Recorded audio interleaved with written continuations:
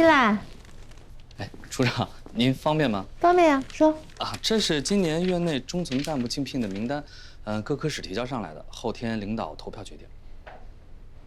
检验科的小王大夫也参加了。啊，他只是报了名，资料还没有交上来。那你赶紧催一下，后天院里就要投票了。哎，知道了。来，处长，那花真漂亮。病人陈小雨5岁半，是一个永存动脉干患者，分型为2型。江百烈，考你，什么是永存动脉干？永存动脉干，永存动脉干是一种先天的大血管畸形，患者在胎儿时期由于胚胎发育有缺陷，导致他原始的动脉干没有分为主动脉跟肺动脉，且只有一组半月斑跨于2姓室之上。这样的情况虽然少见，但是一旦发生不做手术的话，死亡率还是很高的。精神点了吗？不可能。不过主任，为了避免肺动脉高压，最佳的手术时机是出生后的6个月内。这孩子都5岁多了，还能手术吗？这得问叶主任啊，病人是他介绍的。一鸣，你哪儿捡这么一病人？门诊大厅啊。他们家是外地的，家属没挂上号。你呀，老是给自己找麻烦。您要是这么说的话，那以后我是不是就不帮你跟李主任求情了？你做这是好事儿，这个将来好事儿有好报，对吧？继续努力。病人出生没多久就已经确诊，那个时候治还可能痊愈，可是现在已经5岁多了，我想现在早就是肺动脉高压了。可是肺血管病变到什么程度才会被列为绝对手术禁忌症？这一直是有分歧的。我最近查了一篇文章，如果肺血管阻力小于15误的 ，QPQS 大于1.25，对吸氧实验有反应，就可以成为手术指征。师兄，你这快把我们心外的活儿都抢了。班门弄斧，这不刚好看见了吗？就给大家做一参考。江百烈，给病人开 CT。超声、右心导管检查。对了，还有造影，尽快做。说。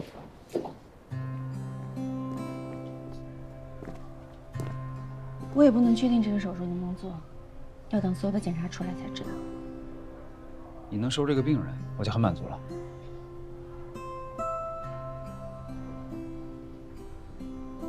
叶主任再见。抓紧时间啊！啊。我怎么觉得主任跟叶主任说话的态度跟别人的都不一样？哎，他们是不是以前就很熟啊？这你都看出来了，肖百烈你够早熟的呀。护士长，我先去核实一下啊。行，快去吧。护士长，导尿管没有了。不应该啊，我记得储藏室还有很多呀。我都翻遍了，一根都没找着。护士长，要不然你帮我找找呗。我一会儿要去护理部开会了，你让您先帮你找找。啊，不行呀，护士长，我还得去换药呢。护士长，那没办法了，要不你还是帮帮我吧。行，走吧。怎么是空的？不应该啊，是不是跟那个引流管放在一起了？它们长得也挺像的。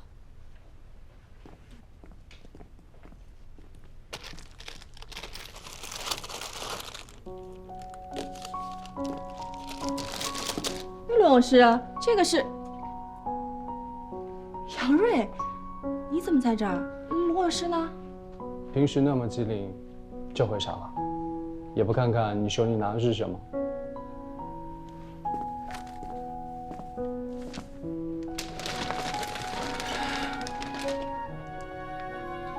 吴明明小姐，未来的人生，我还想这么和你腻在一起，不知道你能不能愿意赏脸嫁给我？主任，说什么呢？这么高兴？刚刚明明姐的男朋友跟她求婚，我们去看热闹去了。他同意了吗？答应了，然后他去护理部开会了。护士长都去开会了，你们3个还在这干嘛呢？工作。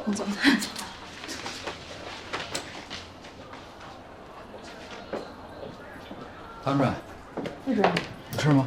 小雨的检查报告出来了，病人是你介绍的，所以想让你知道一下。怎么样了？有手术指征，可以手术。哟，唐主任、叶主任，恁来了。小雨啊，快叫人。阿姨好，叔叔好。少说话，现在科里住的病人有点满，所以条件不太好，只能加床了。等一有空床，马上给你们换位置。啊，这叫啥条件不好啊？这好得很，好着呢。你看，有医生能干看病，那是俺的造化呀。要不是叶主任，俺都挂不上号。别这么说，小雨的检查结果已经出来了，除了先心病之外，肺动脉高压有点重。不过好在是有手术指证的，可以手术。那就好。您是小雨的？我是小雨的姥爷。哦，那还是尽快让他父母来一趟吧。毕竟这是大手术。小雨的病刚查出来的时候啊，他爸妈就闹离婚。这后来呢，他妈嫁到外村了，他爸呢也出去打工了，没有人管他。小雨是我一手带大的。唐主任，俺就想问问，是不是俺把小雨耽误了，没早带他出来做手术？你为什么会这么问？不是不想来，是因为手术费贵。后来知道新农合能补贴一部分，加上我种红薯，卖了钱我都攒着，攒了一阵子才敢带孩子来手术。我就怕是我把小雨耽误了，看着孩子每天这么难受，这么痛苦，我心里。您放心，你没有耽误，所以心理压力不用那么大。只不过这个手术完成上有一定的难度，而且术后的并发症比较高。但是您放心，我们一定会尽全力的。没有耽误的，没耽误就好，没耽误就好。谢谢。别客气，别客气，让孩子好好休息。好。少说话。你走了啊。我刚才啊，真担心你会把事实的真实情况告诉小雨他姥爷，说确实耽误。就你会做好事儿，我就那么冷血吗？一点眼力都没有是吧？不是这意思。小雨的各项指征都压在手术线上，既然是你带的病人，那麻醉我责无旁贷啊，一定为唐主任保驾护航。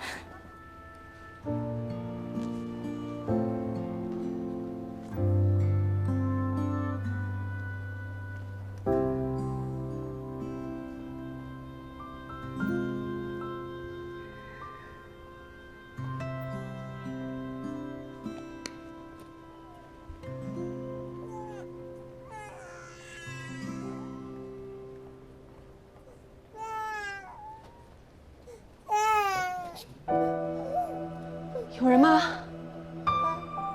这谁的孩子啊？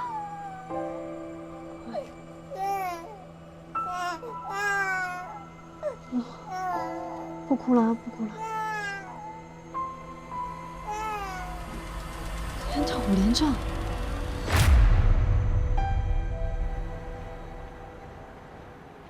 王警官，我吴敏敏。昨天的案子有进展了吗？哦。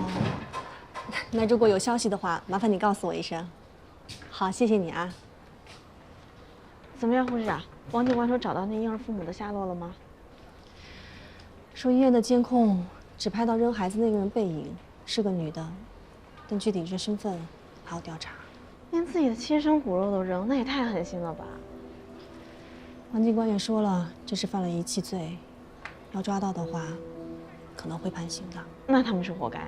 可怜的是那孩子，新生儿科的护士打电话说那个孩子特别爱哭，昨天晚上闹了一晚上。我说要是你们心脏在胸腔外面跳，你们也得哭。麻醉马上来接人了，陈小雨的姥爷去哪儿了？刚联系了，说马上就到。你马上再去联系。孩子马上手术了，老人为什么不在医院呢？行，那我联系一下。主任，哎，我正找你呢。护士长，我还要找你呢。听说你订婚了，恭喜你！谢谢主任。我找你，是关于那个弃婴的事儿。Control 5联症的那个孩子啊，新生儿科给他做了 CT， 这是检查结果，你看一下。这孩子算严重的吗？算是很严重，不只是外表畸形，心内还合并了严重的流出道畸形。如果不马上手术治疗的话，不会马上死亡，但是自然寿命不会长。这正是我想找你的原因。医院有紧急人道主义救助义务，所以新生儿科暂时收了这个孩子，可他们那边做不了这个手术。我明白，紧急人道救助是要救助那些马上生命在短期内有危险的人。这个手术算是纠正畸形，不在范围内。那你说有没有可能组织公益手术？其实你昨天跟我说的时候，我就想过这一点，但是最近的情况特殊嘛，秦大中的那个病人，我们已经做了一台公益手术了，所以人情债已经透支了。最近刘峰也不太高兴。这个手术如果只是涉及到我们心外科还好，但是Control 5联症还要涉及到胸外科还有普外科，这种跨科的大型公益手术，我是担心组织起来。我明白你的担心，我也知道难度的确不小。如果您不反对的话，我还是想试一试。敏敏，主任，你笑什么呀？如果你不想试，我才觉得意外呢。我肯定是支持了。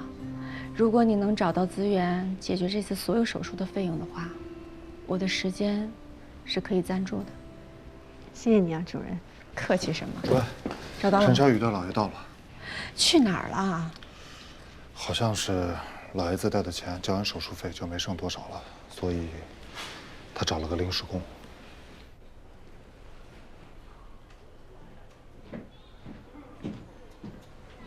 哟，对不起啊，唐主任，俺来晚了。没关系。一会儿手术千万不要离开医院，中途要出来让家属签字。哦，我不走。我这活嘞是半夜2点到早上6点，我今天刚去，不知道啥状况，明天我就知道了。哦，我的手洗过了，龙医生说让我洗完手再给小雨梳辫儿。哎呀，小孩一会儿进手术室来，这个给小孩打扮来好看点儿。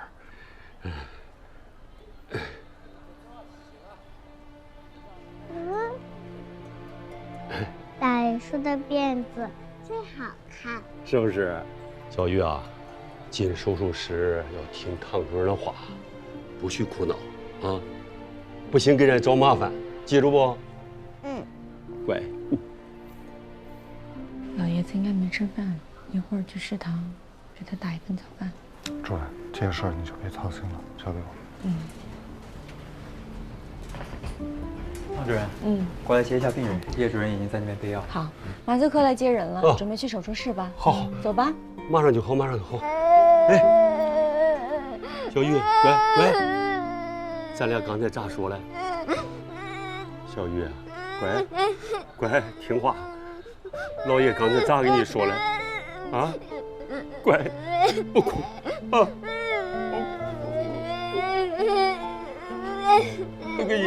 给老爷养老啊，咱坚强点啊！不哭。来，小雨，走了。来，乖，不哭。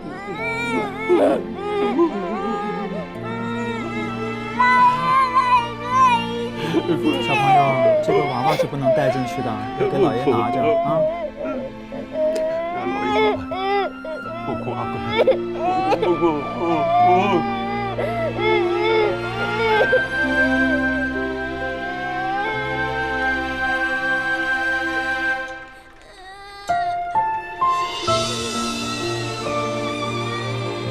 不要紧张哈。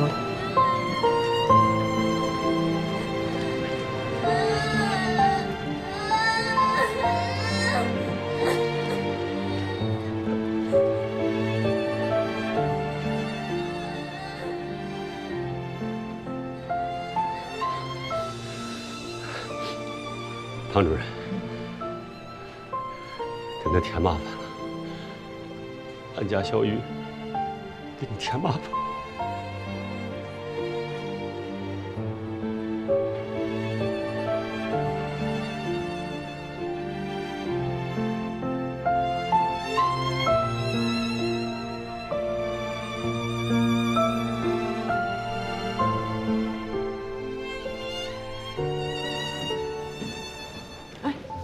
你好，宋主任，您现在时间方便吗？想耽误你几分钟。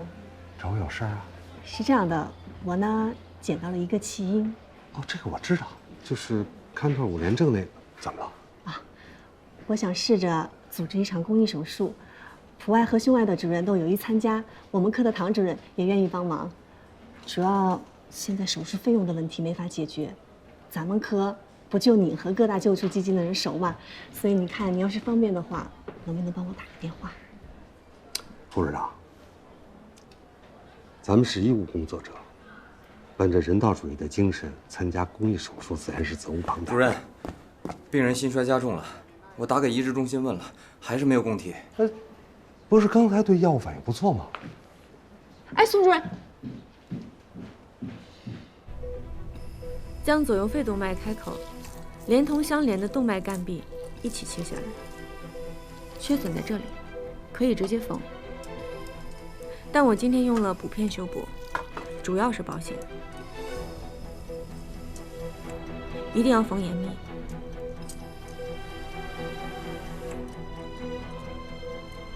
不然停体外循环的时候，开放主动脉阻断前再发现漏血，止血会非常困难。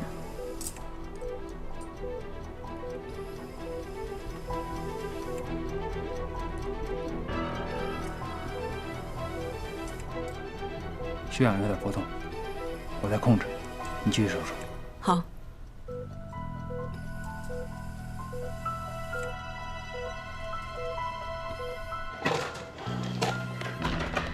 哎，这台手术有惊无险，终于算挨过来了。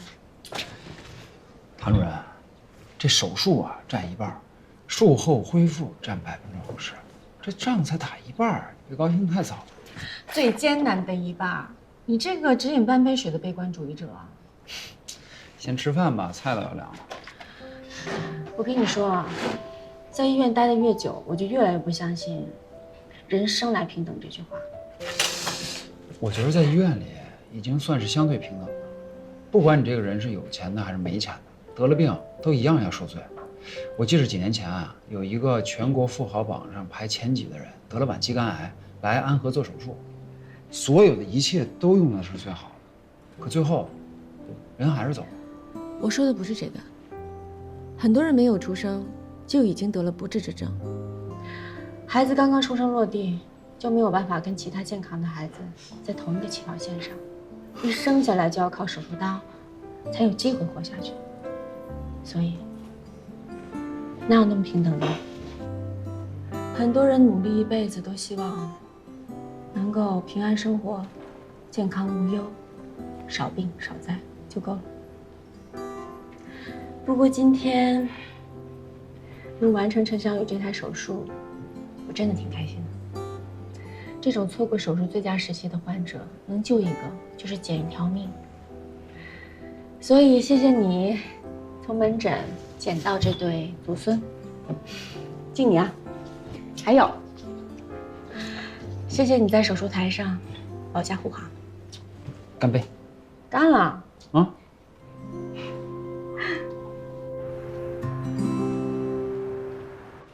来，你真是笨啊！笨笨的不挺好的吗？我就喜欢笨笨的，不然怎么凸显我男朋友的作用啊？来，3手拉弦，前手推弓，别紧张。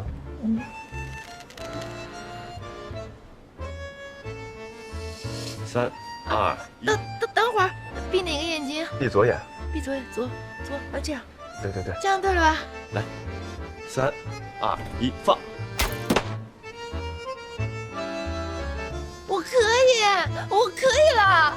我有衣服，只是今天不是从医院出来的吗？把女朋友打扮得漂漂亮亮的，男朋友才有成就感吧。哎，你看这裙怎么样？我不太适合吧？我觉得挺好的，试试。我听说你参加中层干部竞聘了。是啊。让你们补材料。啊，我今天收到通知了，我明早上补交。哎，明天院领导集体投票吧？其实我想跟你说的就是这件事儿。明天的投票我也参加。我们的关系……嗨，你不用在意，你想投谁就投谁啊，我又没叫你非投我。那我要是真的没投你，你会不高兴吗？我为什么要生气啊？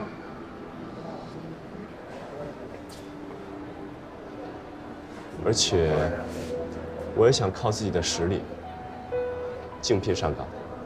我相信，我有这个能力。没想到你有这么好的心态，那我就放心了。今年的竞聘很激烈。是吗？我快过生日了，反正我今年的生日愿望就是竞聘上科室的副主任。啊，你刚才不还说你不在意吗？哪有人不在意自己的前程的？你好，看看这几件有喜欢的吗？必须得是监护人申请吗？好的，谢谢啊。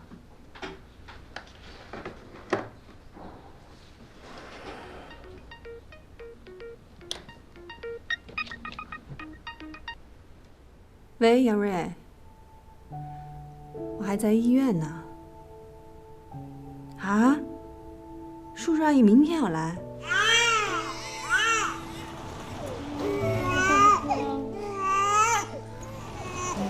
姐，你看这孩子哭得不停，愁人。他医院没生了。晚安。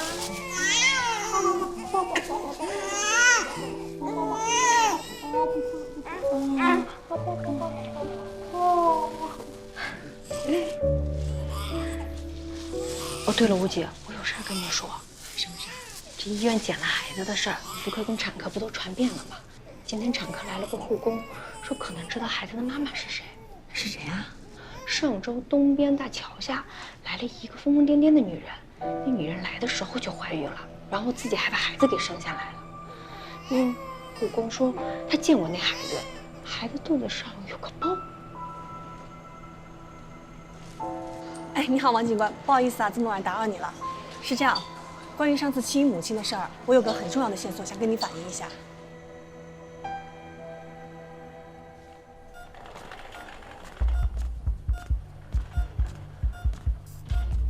情况怎么样？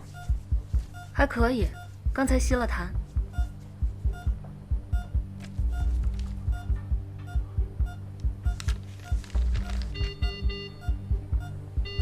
不好，是肺动脉高压危象，把氧浓度调到100%。好，准备一氧化氮，来半支前列蒂尔。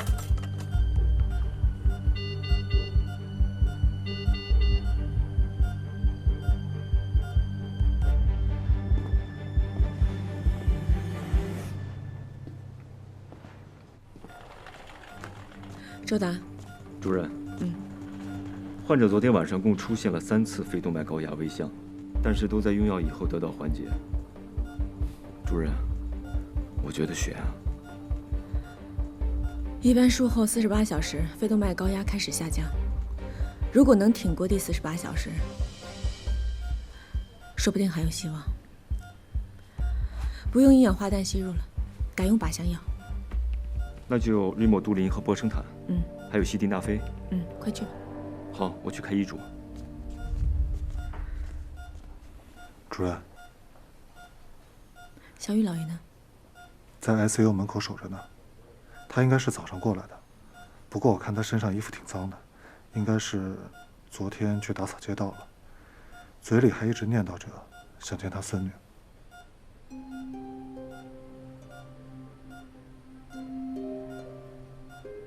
哎，陆医生，咋样？小雨好点没有啊？啊，能让我见见他不？现在进不了 ICU， 而且现在的情况还不算稳定。那能把这个娃娃给他带进去不？他从来没离开过身，他看见娃娃他高兴啊。这个娃娃他进不了 ICU。哦，要不你在这儿先等会儿。哎。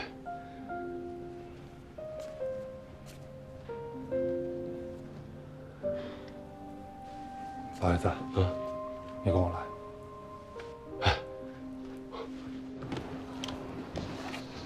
护士长，怎么了，龙医生？麻烦帮我把这个娃娃做个消毒，这个不是……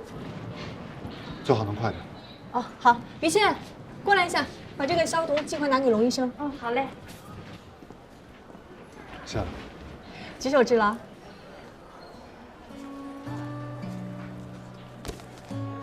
护士长，我听说你今天要见未来公公婆婆，查完房子还不走，在这干耗着干嘛呢？我都不急，你急什么呀？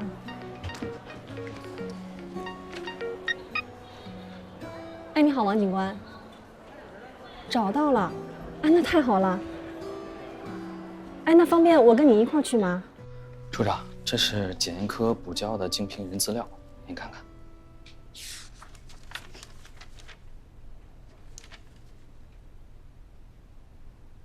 就这些啊？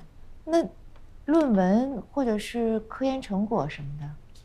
你也觉得这王光奇怪吧？论这资历，这科室副主任怎么也轮不到他呀。也不知道哪来的自信，那同期竞聘的姚小岗可比他优秀多了。这我们背后都说他要不是上面有人，要不就是脑子进水了。别这么说别人，本来竞聘就是人人都有权参加的。哦，那我先走了。嗯。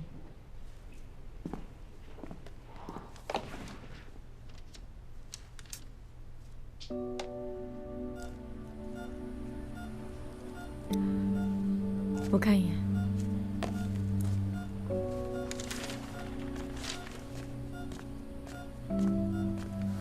主任。用药之后，肺动脉的情况已经稳定了。现在孩子也醒了，我在想。你在想让老爷子进来？对。如果能闯过这一关，病人跟家属见一面，也能够稳定一下情绪。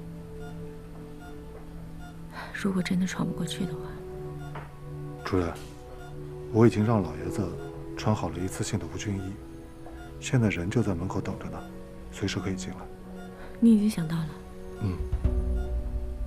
去吧。好。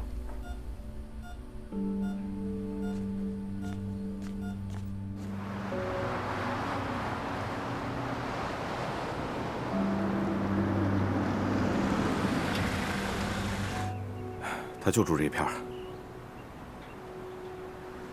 那这个女的是谁？她为什么要遗弃孩子？孩子的父亲又是谁？还不知道。这个女人有精神分裂症，在救助站进进出出的好几回了，每次进去就犯病，非要往外跑，谁都拦不住。上回到救助站的时候就已经怀孕了。唉，也不知道孩子的父亲是谁。救助站的人怀疑他遭受了性侵，就报了案。我们问他，他什么也不说，也没查出来，只好是不了了之了。这回是又偷跑出来，就是住附近，还自己生了孩子。哎，他在那儿呢。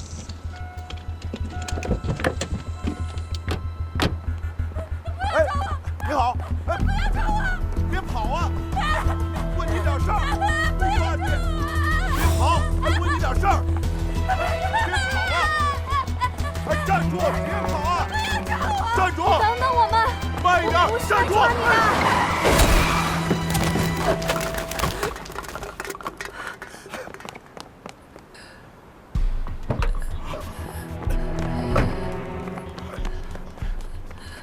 你开的车？车是我开的，我真不是故意的，他窜出来了。你能听到我说话吗？王警官，快打120！喂，120吗？东区公园旁边发生一起车祸，请你们马上过来。我看到你把孩子抱走，我才走的。你活动的，一户懂的。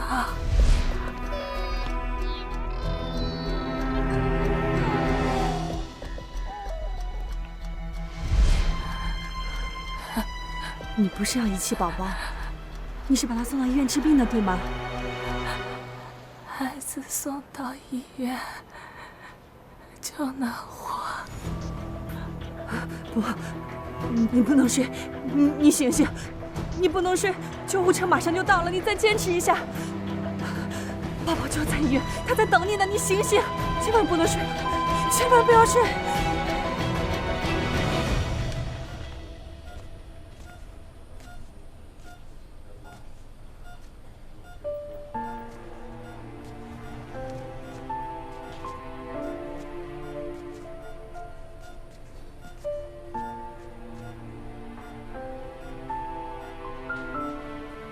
小玉，老爷来看你了，娃娃也给你带来了，乖，疼不疼啊？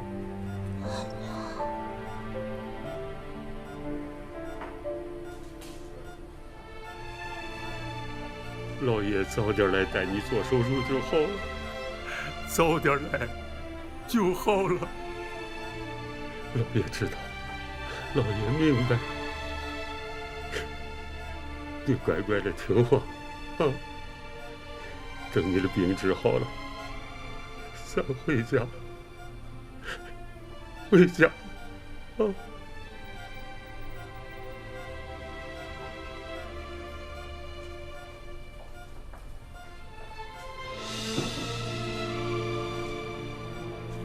老爷子，该出去了。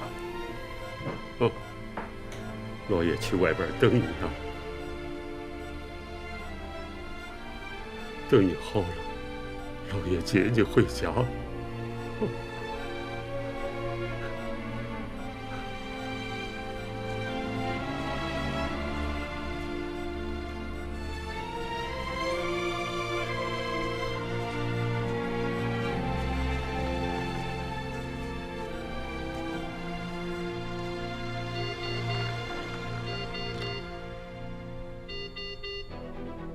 心脏停了，给肾上腺素，赶紧抢救。肾上腺素。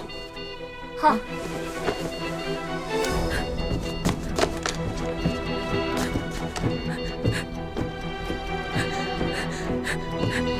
出针。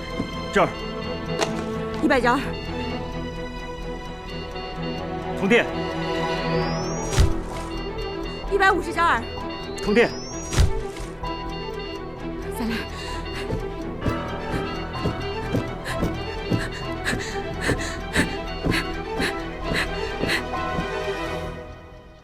很抱歉，占用大家休息日，材料大家都有了，大家在自己认可的竞聘人上面打勾，投完票回家吃饭。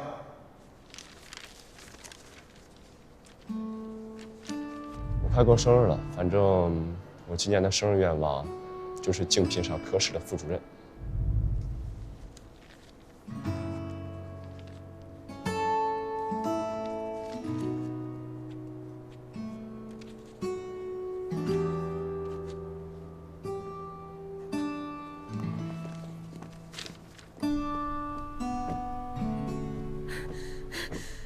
主任，已经抢救1个小时了，主任。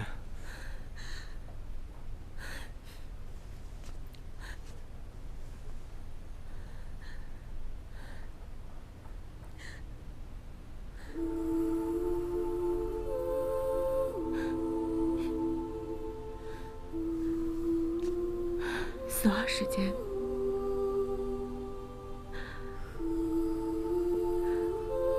中午1点30分。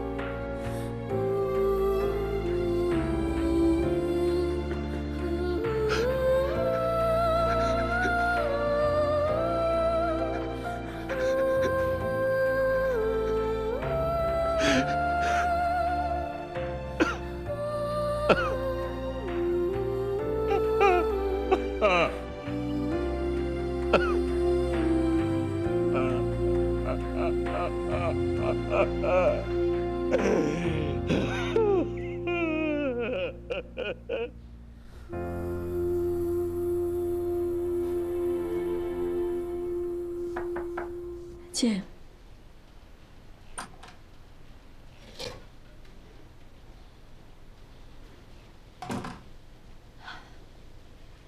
怎么了，主任？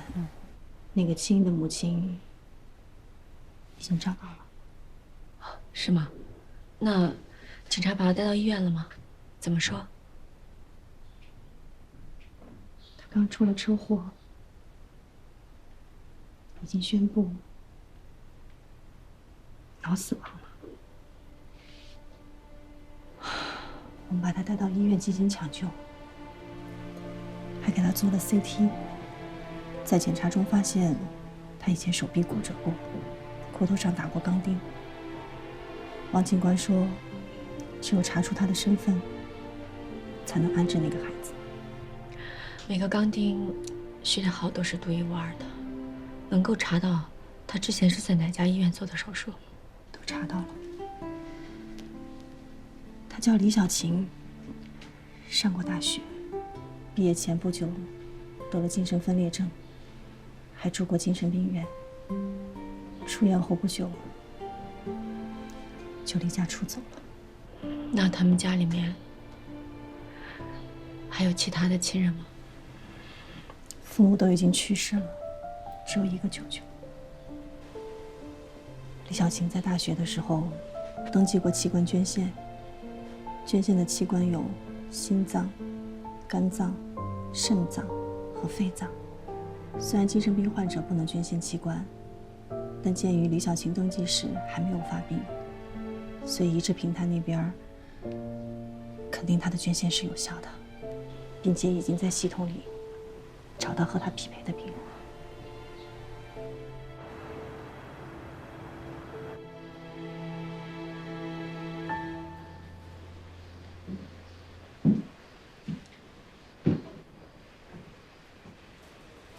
你们是为了救助基金的事来的？听说你想让我来求你，你才肯帮忙，可是我根本不打算求你。我可没说过这话。既然没事，就别耽误时间，我一会儿还有手术呢。我知道，你们一会儿有心脏移植吗？啊，现在你们组的人应该正去手术室取心脏供体吧？我还知道你的病人刚刚得到这个供体。你怎么知道的？奇了怪了。因为这个供体捐献者就是昨天那个青音的母亲。宋主任，如果你不相信的话，可以打电话去问王警官。怎么这么巧啊？宋主任，这种情况下，咱们还忍心见着人家孩子见死不救吗？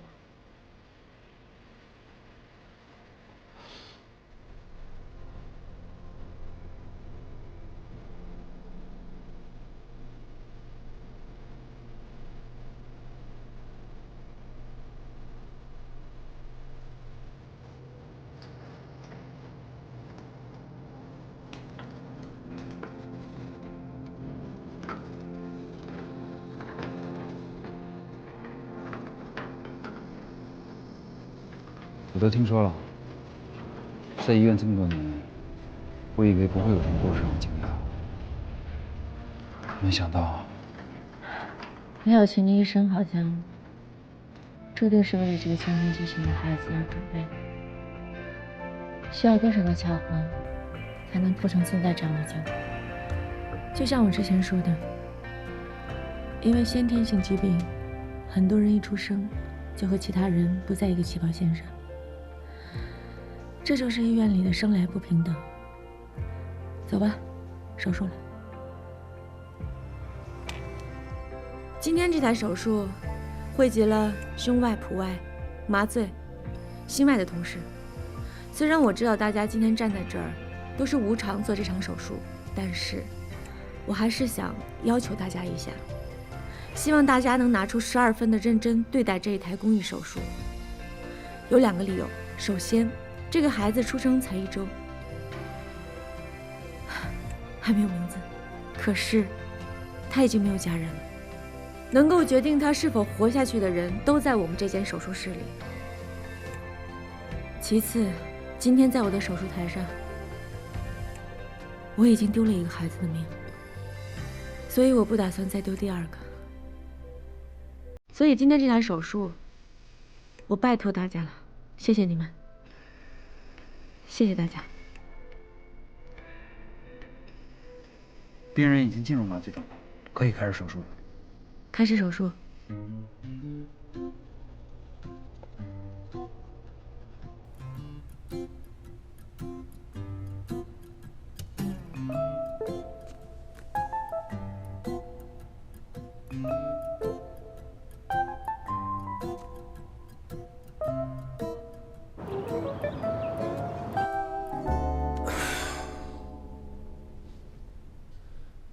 佳宇，佳宇，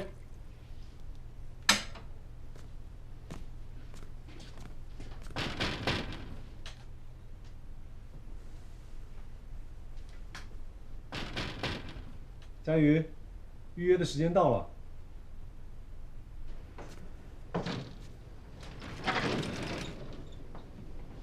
谢谢。你今天没有工作，可是我等一下还要手术。我知道，可是因为时差的关系，只能有这个时间可以。这个婚姻咨询是很难约的。我们不是说好了一起努力吗？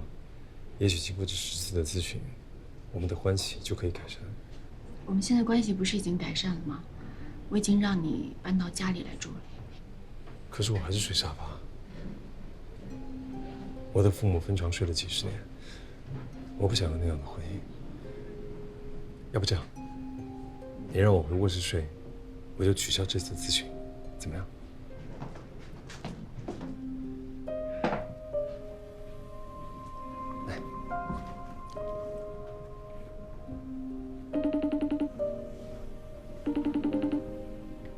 Good afternoon, Dr. White.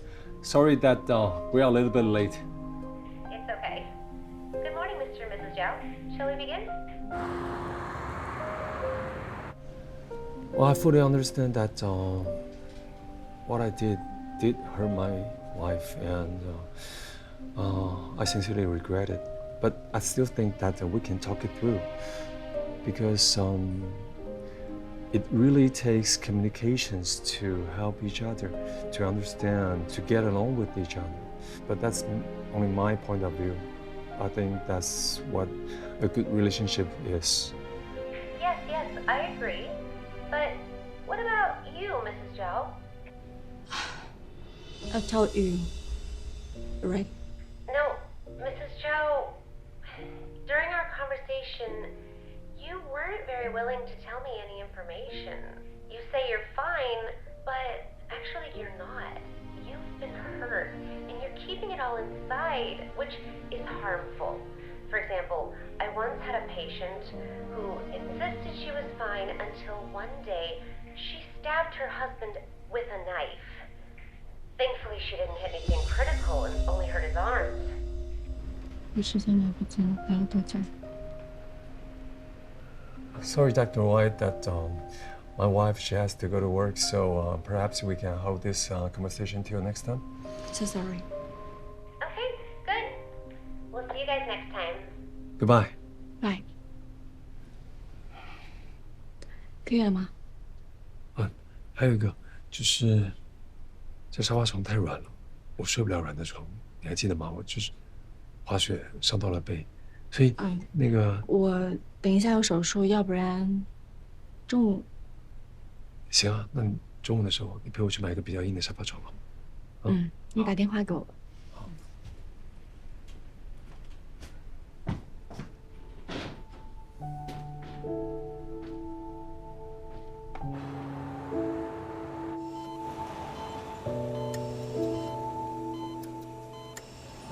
唐主任，病人情况。病人是堪称5连针术后性功能恢复尚可，但因前下胸壁放置了梯形金属钛板，创面太大，所以要在 ICU 多住几天。那就让他在 ICU 多住几天，让创口恢复得更加强一点，免得伤口感染了。好的，唐主任。哎，吴敏敏呢？这2天来儿科 ICU 的时候，她不都在吗？今天怎么没来？那天没去机场接叔叔阿姨，是我不好。昨天不是陪他们吃饭也道过歉了吗？你还生气呢？你不说还好，一说我更气。就说接机那天警察去调查，你跟着凑什么热闹？就算遇到突发情况有情可原，可我爸妈都来3天了，你才去见了一面，就陪着吃了个饭。明明，我妈本来就不同意我们的事儿，现在她态度更坚决了，是怕你忙，以后不顾家。阿姨不同意，你以前怎么没告诉我呀？我不想告诉你，免得婆媳关系不好相处。可你也得有个分寸啊，孝顺长辈，不是我们该做的吗？是，都是我不好，怪我太忙了。我问你啊，你未来的婆婆对你重不重要？当然重要了呀，她是你妈妈，是你最爱的人呀。我爸妈想去三亚玩几天，我正好有假，你也请年假，咱们陪着老人一起，好好表现一下，也许有救。可现在请年假，正是科室最忙的时候，而且我肯定走不开的呀。科室，你心里就只有科室。我不是那个意思，你别着急嘛，你听我把话说完嘛。刚才那几个术后的病人还可以，主要是2次开胸的，要盯紧一点。他醒的也不太好。再观察1天吧，如果情况不见好转，就让沈外来会诊。好。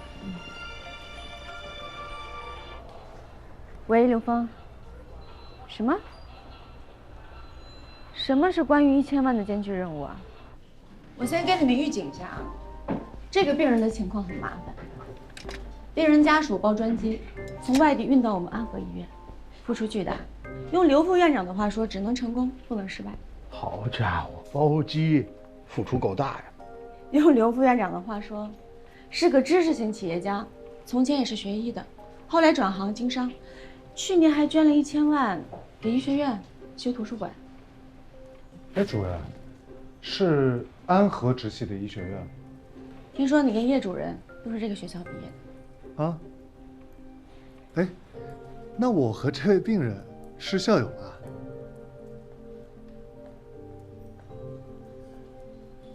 秦大忠，还没看 CT 呢，你愁什么愁，皱什么眉？哎呀，我是在想啊，医学院毕业的转行都能干这么好，他们什么公司还招人吗？招人又不招你啊！我可以当专家呀。别停了，看 CT 吧。你们看完片儿，我保证每个人都会吐。这简直就是事故现场啊！病人李家和，38岁，3个月前被诊断为主动脉退行夹层，在外院进行介入治疗，放置一枚腹膜支架。白烈，提问你，为什么这个夹层可以不用开刀？答：因为是 B 型夹层，位置在降主动脉。可是病人都这样的情况了，还不如开刀呢。放置支架之后呢，病人高烧不退，支架感染，很快就波及到整个左侧胸腔。食管已经被感染了，还破了个洞。食管破溃达12公分，患者反复呕血休克，医生担心血流进食管里，又放置了一枚食管腹膜支架，但是非常的失败。支架脱落，直径掉进胃里，但是食管的破口还在，也就是说，现在每吃一口饭，大概有1半的东西吧，会掉进胸腔里。腹膜支架感染，这是公认的难题啊，这基本上没什么希望啊。所以病人家属现在把最后的希望寄托在我们重病组的身上，院领导希望我们再搏一搏。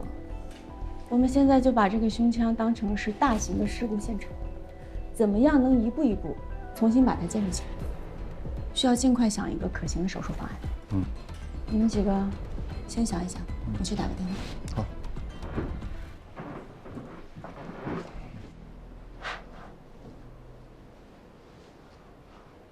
我今天没有办法跟你中午一起去家具店买东西了，临时来个病人，很严重。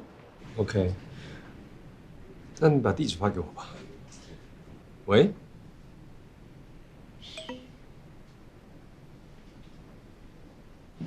这个人工心脏的流量要调的比咱们预想的高。您之前说的是1到3升啊，现在唐主任说，等植入人体时需要1到10升的流量才够，所以实验阶段咱们就……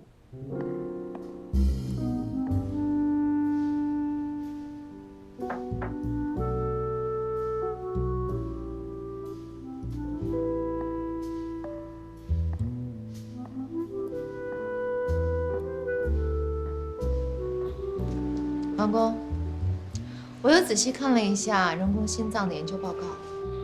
你穿的这是什么？衣服呀。我知道这是衣服。我说，你今天这个就很奇怪，你平时不这样啊？王工，我穿什么衣服跟你没关系吧？我是来跟你说正事的。哦，行，你说。人工心脏里面有一个内置控制器，你们现在用的是进口品牌，对吧？嗯。我查到了国内一家公司正在研发这种内置控制器，这是产品的资料，我认为值得一试，这样我们就可以做到真正的完全国产化，不需要依赖国外的任何零件。我为什么要试一个国产小工厂的这种零件啊？我们做的人工心脏不就是为了摆脱对国外产品的依赖吗？首先啊，不是我们，是我做的，啊。其次，现在是全球化经济时代，没有任何一个商品可以孤立存在的。你放眼看看这个实验室里所有的设备，你随便拎出一个，它里面的零部件的产地排出来都能排一个联合国。是你说的没错，但是如果国内可以制造出所有的零件的话，这不是更保险吗？任何技术有总比没有强。就像我管理的安和医院，所有的方案我都要备2份，方案 A 和备选方案 B。行，你不用说这么多啊。这样，现在所有的样机我们已经用了这款进口的内置控制器，包括底下那些动物身上装的也是这个东西。唐主任说过了啊，只要有6只动物存活超过60天，我们就可以进入临床实验阶段了。你这个时候给我拿这个东西来，你是打算让我从头再来吗？我没有想到这一层。你当然想不到了，所以我说你不要操这些心，你就搞好后勤就可以了。研发的事情有我们呢啊。知道了，走了。哎，你等一下，你把你这东西拿走，是废纸。扔了吧。把这扔了。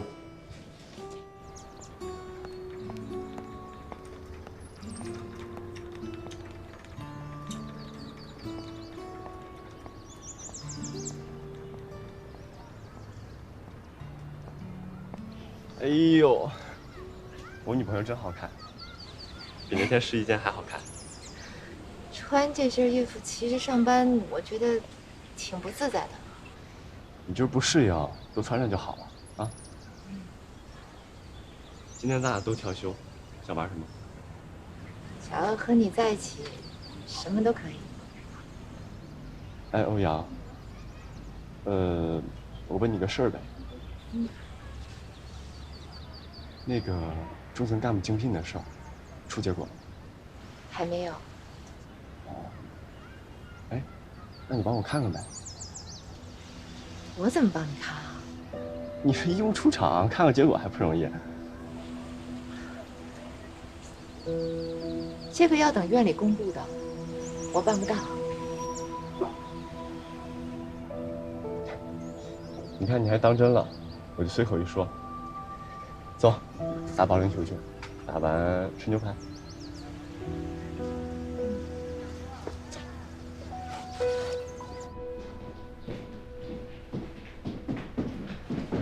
唐主任，李佳恒，主任，感觉怎么样？感觉胸口像破了个大洞。感觉挺准确的。唐主任，我也是学医的，我知道我现在这个情况没什么希望了，都是我太太，非折腾着把我弄过来。叫我走，都走得不舒心。你要去哪儿啊？儿子还在家等着你呢。我就在这儿陪着你，你哪儿都不准去啊。你是学医的，那我问你一个问题：A 型夹层跟 B 型夹层的区别是什么？你看，连我们心外最基础的知识都不知道，就给自己做诊断了。我们想到了一套手术方案，很有可能会治愈，想不想听听？唐大夫，真的可以手术吗？是可以做手术的，只是手术的过程会非常的复杂，需要病人全力配合。不知道李家和，你能做到吗？好，你说，我听着。好。先生，您确实是在我们这儿购买的沙发，您看有什么可以帮您的吗？我想换个沙发床。以旧换新呢是抵原价的6折，还有，如果您购买的沙发呢，价格是低于原价6折，我们这边呢是不给您退还余款的，您看可以吗？行吧。您看一下这4款，你有什么需求吗？我就想换个硬一点的，因为我背受过伤。硬一点，行，那这款就可以。行吧，那就这个。那您留一下您的联系方式和地址吧，我们这边呢给您送货上门。地址，地址我不是很清楚。行，那这样，上次购买应该有留过记录，我帮您查一下。哦，谢谢。哎，好。先生，查到了，乐辰小区2号楼1002，留的是唐小姐的电话，还有一个叶先生的电话，注明了如果联系不到唐小姐，就给叶先生打电话。您就是叶先生吧？我不是。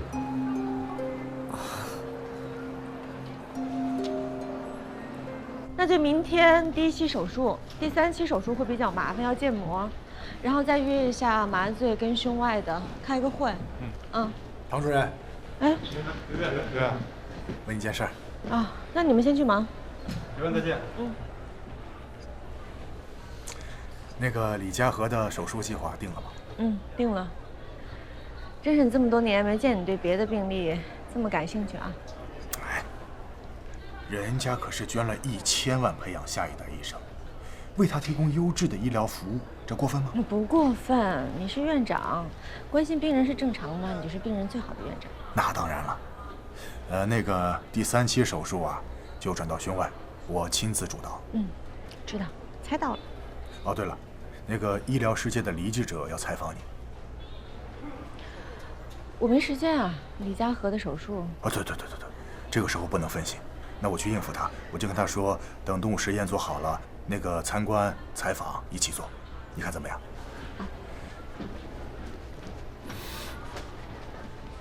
罗护士，麻烦帮我拿个换药包，我要去趟儿科 ICU。哦。ICU 有啊，为什么要在科里拿呢？科里便宜嘛，而且救助基金提供的钱也花的差不多了，得省着用。哎，那正好，我跟你一起去看看。哎，护士长你就别去了 ，ICU 那边护士多的是，是吧，龙医生？是啊。下来。整个宣传还是要拜托你啊。好的。哎，一鸣。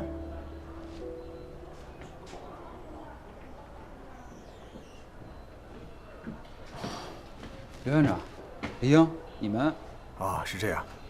这个黎记者呢想采访唐主任，但是唐主任太忙了，约了下一次。哦，对了，黎记者，我记得以前你不是老来院里找叶主任吗？怎么最近也不来了？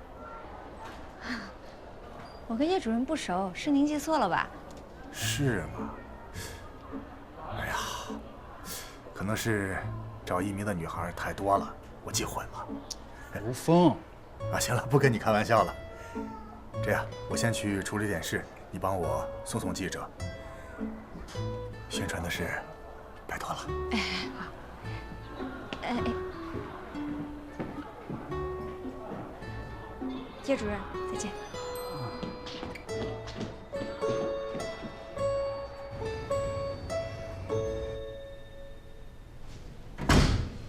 回来了。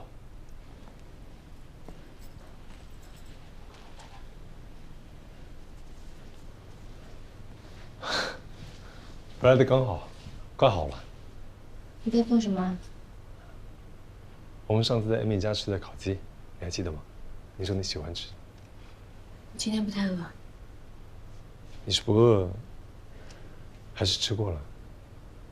还是只是不想跟我吃？你到底想说什么？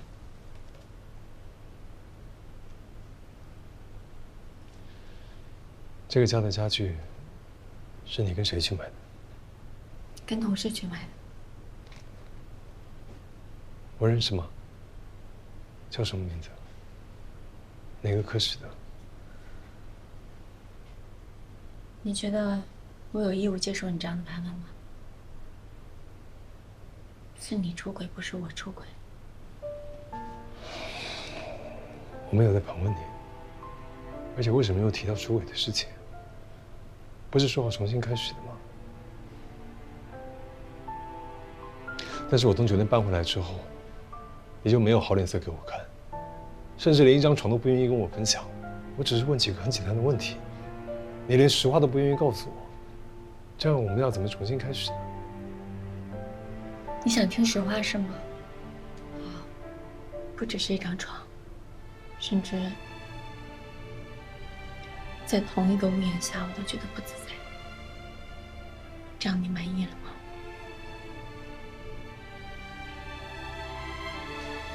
你去哪里？医院。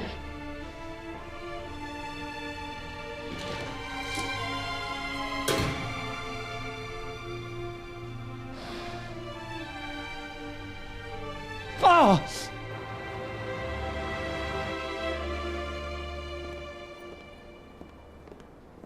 唐主任，叶主任，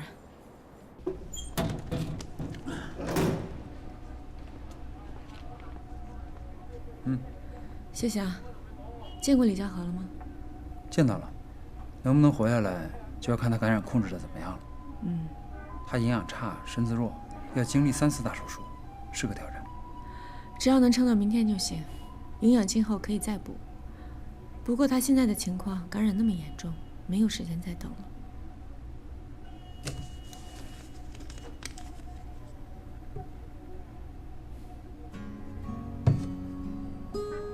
你怎么了？有什么事儿吗？没有啊。还嘴硬？你的情绪都挂在脸上，你自己不知道？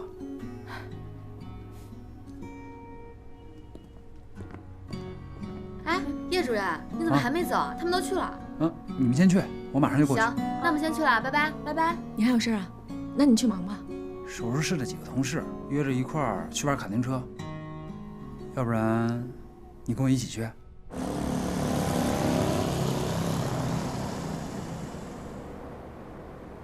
哎，咱们要不要来比个赛啊？怎么比啊？按老规矩来呗。第一个过终点的人可以指定任何一个人帮他值一次夜班。你们这儿的人谁能帮我值夜班啊？我还是随便开开吧。重在参与嘛。哎，你们准备好了没啊？好了，好了。那来吧。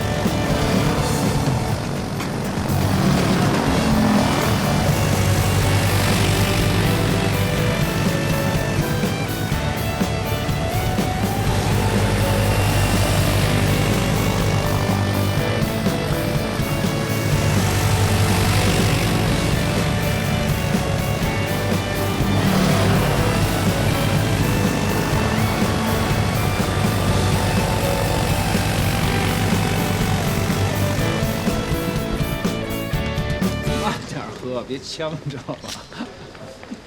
本来可以得第1的，结果得第5。气死我了！哎呀，他们总玩，一开始让着你呢，那最后一局啊才动真格了。那你呢？你得最后一名，这真是实力还让他们？一半一半吧。最后一名掏钱，总不能让小朋友们掏钱吧？没看出来啊，叶主任深藏不露。哪像你啊，跟小朋友们斤斤计较的。我哪儿计较？他们犯规了。你还撞我车了呢，那你是不是也犯规了？我那不是故意的。啊，常主任，你上去吧，我去趟超市。去超市买什么？刚才去超市你怎么不买？刚才我忘了。啊，没事，你上去吧，我走了，拜拜。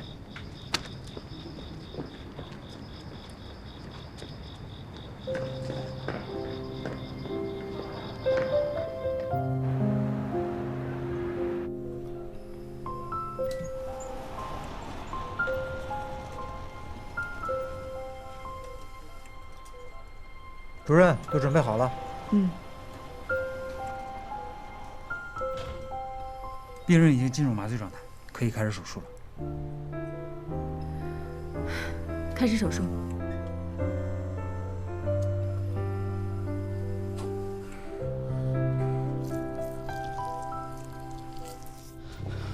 处长，中层领导竞聘名单已经出来了，院内网已经公布了，还有刘副院长的助理通知说1个小时之后开会。哦，好，我知道了。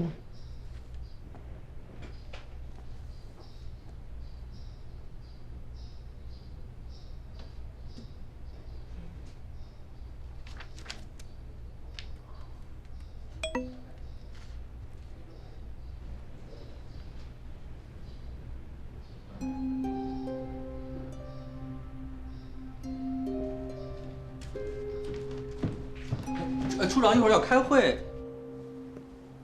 真是晦气到家了。那个老女人她都不给我放水。你俩都处了这么些天了，难道就一点感情都没有吗？能有什么感情？她比我大6岁。要是个御姐也就算了，你看她整天穿的，跟个老修女似的，一点女人味都没有。我要不是为了竞聘，我都不会跟她见面。所以你是为了竞聘，专门在社交网络上找着她？哎，也不是。就撞了，这不嘛，我聊了好几天，他才肯发照片。我这一看，哎呦，这不医务处处长吗？我想快竞聘了，拉个助攻，算我倒霉。不过你俩要是分手，他利用职权报复你怎么办？你说的有道理哈，凉个茶。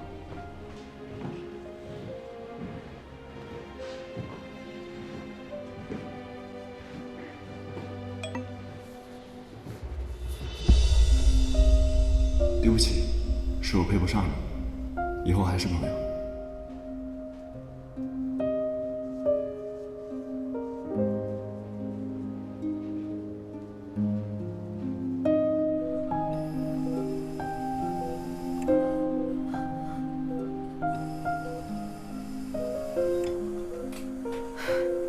就是他掉进胃里了。可以了。剩下你们来吧。好，细致一点啊。知道了，主任。唐主任辛苦了。你也辛苦了，叶主任。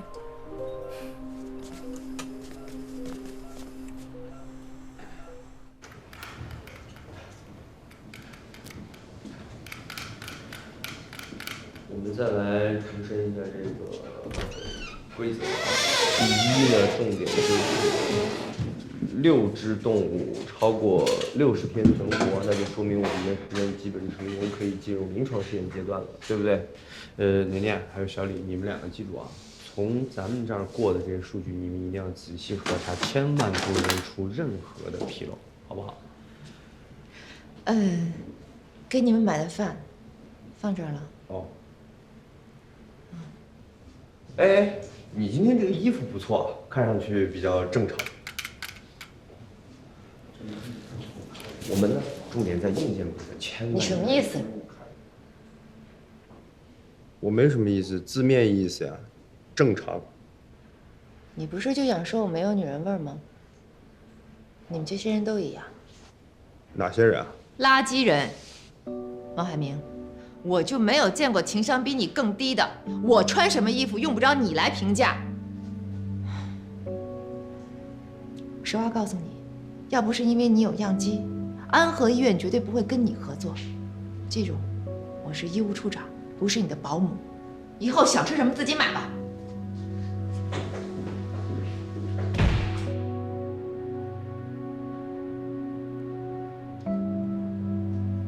1到10这些数值都在正常范围内。嗯，好的。怎么样，唐主任？主任，都挺平稳的。第1期手术做完了，还不错。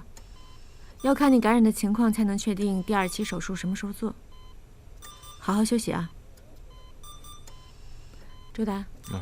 要密切关注感染，还有胸腔内的情况。知道了，主任。好，辛苦。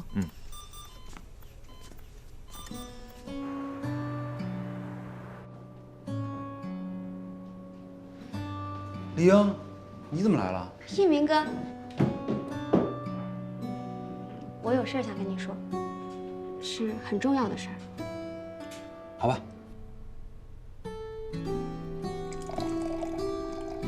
佳宇，快点！你看，你这是干嘛？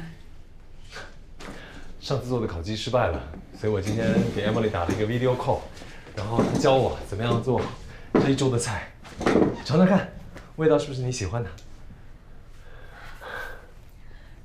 这不是解决问题的办法。什么意思？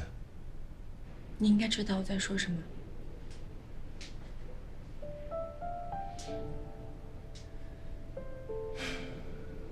佳宇，我真的很努力，我很用心的想挽回我们的婚姻。你要怎么样才能从过去走出来呢？我看到你的努力，周佳，你从美国那么远飞回来，是来解决我们婚姻的问题，那你就应该拿出你该有的坦诚。我需要知道事实的真相。他是谁？我们2个什么时候在一起的？在一起多久了？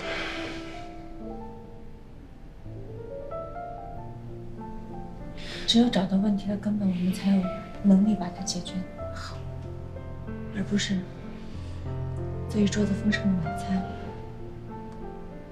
这样解决不了问题。可是那些都过去了，提它做什么呢？不好意思。喂。好，我知道，我马上过来。对不起，我马上又要回医院了。可是，我希望你能够坦诚的把事实跟我坦白，而不是这样一次又一次的制造所谓的惊喜，这样会适得其反。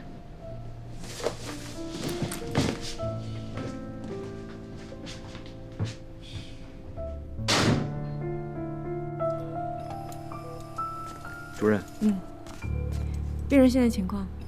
病人现在是主动脉残端膨出血管瘤，增大的速度非常快。如果晚上不手术，我担心血管瘤会破裂，到时候出血会感染到整个胸腔。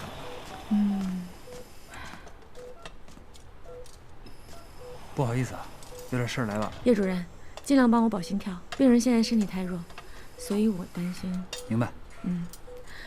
所以我们眼前必须尽快切除血管瘤，然后尽量第2期的手术能够提前。今天晚上这场手术是最难熬的。明白。那我们开始手术了。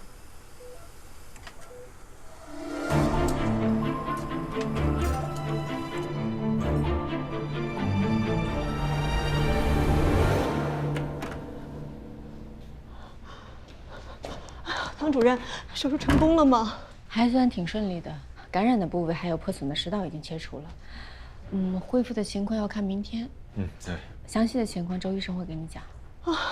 谢谢唐主任，谢谢你，不客气，谢谢你。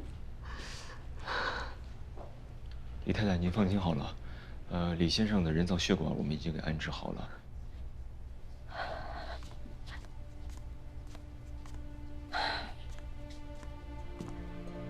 我今天已经很累了，有什么话回去再说吧。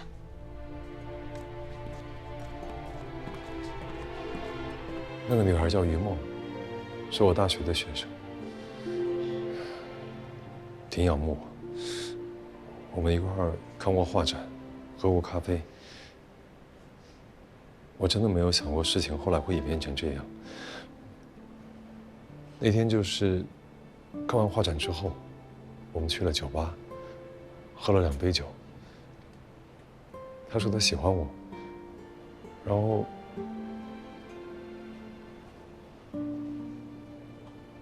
后我没有把持住。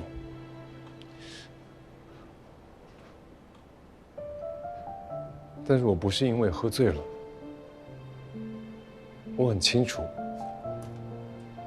我确实就是因为寂寞，因为你总是不在。我之前没说，是因为害怕，我害怕你不原谅我。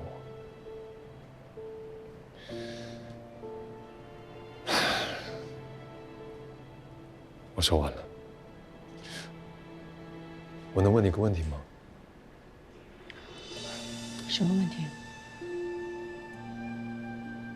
那天你在门外，你没有进来，为什么？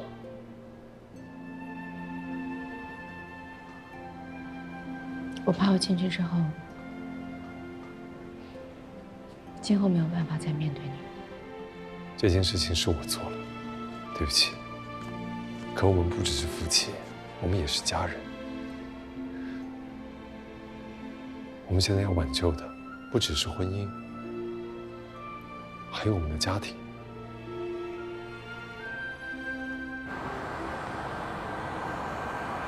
人已经醒了，插管也拔了。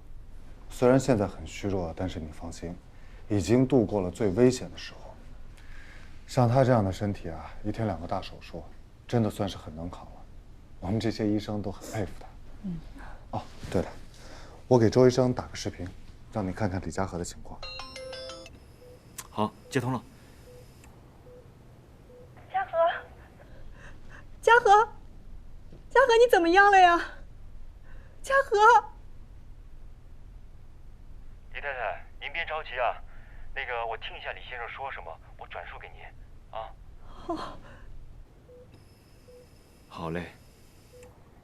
李太太啊，李先生说了，儿子在家等他，您也在这儿陪他，他哪儿都不去，您放心啊。嘉禾，你要好好的呀，你一定要挺过来。我们不只是夫妻，我们还是家人。所以我们现在要挽救的，不只是婚姻，还有我们的家庭。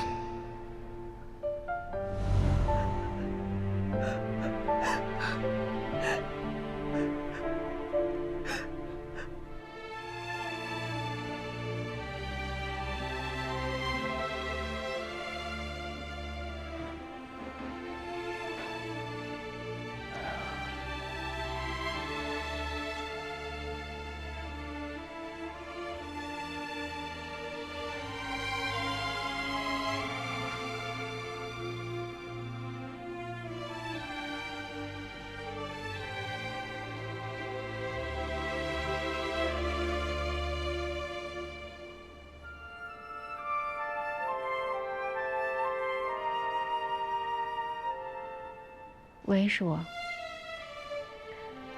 沙发床送到了吗？如果没有送到，就别让他送了。今天你回卧室吧。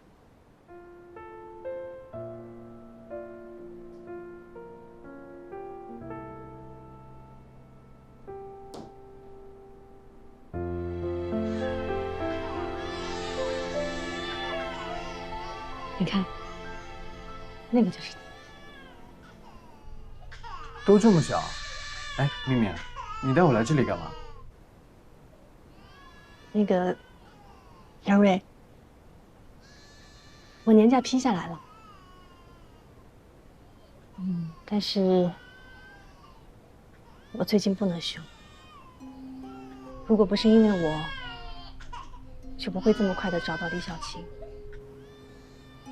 她也不会死。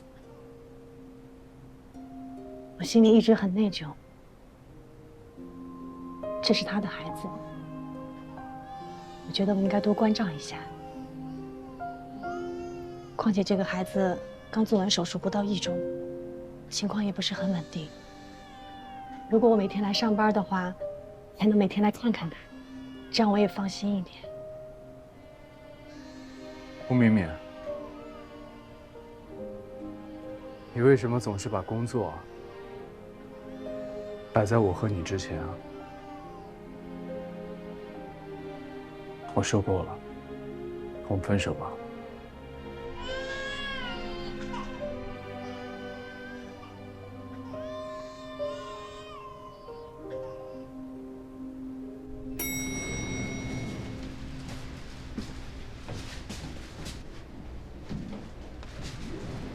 哎，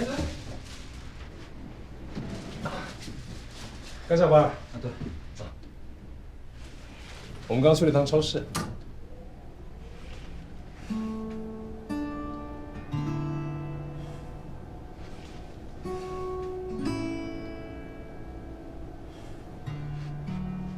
李家河现在术后恢复的不错，已经转到胸外了，后续食道重建就交给胸外负责。还有一件事就是我们组里面最近都是择期的手术，所以江百烈，在手术安排上一定要合理。很多病人住进来3天了，手术还没拍；有一些病人刚住进来你就拍手术。病人有情绪的话，我们工作起来很困难。我知道啊，主任，实在是太忙了最近。还有一件事跟大家说，欧阳处长暂时要退出我们人工心脏的研发，所以王海明那缺人。但是呢，他又对动物实验中心的人很排斥，所以又排斥。这个王可真够麻烦的，跟谁都合不来。所以呢，想从我们组里面派一个人，去帮他监管植入手术后的实验羊，去记录一些数据。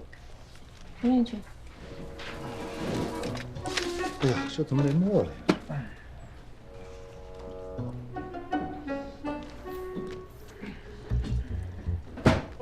我去吧。你去了，你的工作谁负责？没有人愿意去吗？那就你去吧。确实这个工作呢费力不讨好，所以我觉得，等人工心脏研发成功之后，发表论文的时候，江百烈的名字可以排在我的后面。主任，我去，我那个，我年纪大了，我也应该对小动物们献出一点爱心了。主任，监控数据不太好，还是让我去吧。主任，我去吧。重病组怎么能少得了秦主任和廖主任呢？我有精力有体力。哎，别吵吵。主任，我平心的说一句啊，我比他们更有优势。我有女儿，有家有口。这叫什么优势？就是这怎么不算优势啊？我比你们这些光棍更需要文章去支撑。现在大家都想去了是吗？晚了，就江百烈去，好吧？江百烈不在组里这段日子，工作龙天峰，你带他一下，上手术吧。我去一趟医务处。辛苦了，龙。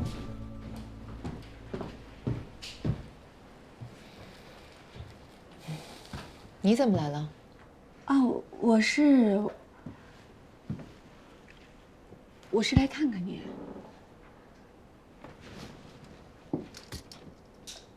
欧阳，你还好吗？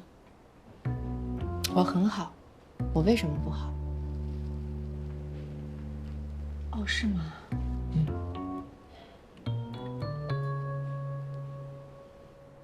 不是，你不是给我打电话说你跟那个小王大夫分手了吗？还说他人品有问题。我不是你感情顾问嘛，是吧？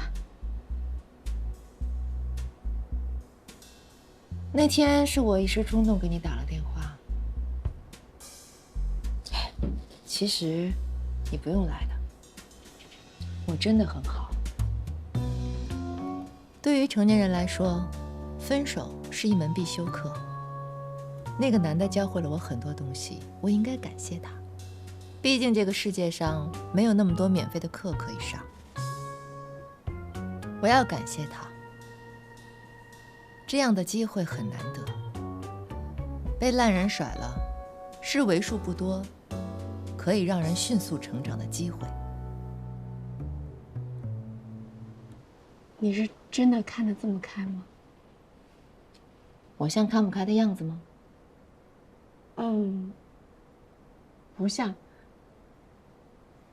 就是你今天这个妆，这是我在网上查的，思前任、见烂人必胜妆容。拉长加粗的黑眼线，吃了血一样的牛血色口红，还有这颗痣，就是这个妆容的最大特点。虽然说我不经常化妆，但是我觉得我发挥的还不错，已经掌握到了精髓。反正我确定你没事就好了。没事了，放心吧。啊，对了，还有你跟那个王海明到底怎么回事啊？你们两个为什么同时给我打电话说都没有办法接受对方？他那个人呀，反正就是不可理喻。真的没事啊？我没事。那我先走了，一会儿我还有一台手术。快去吧。挺好的是吧？放心吧，我没事儿。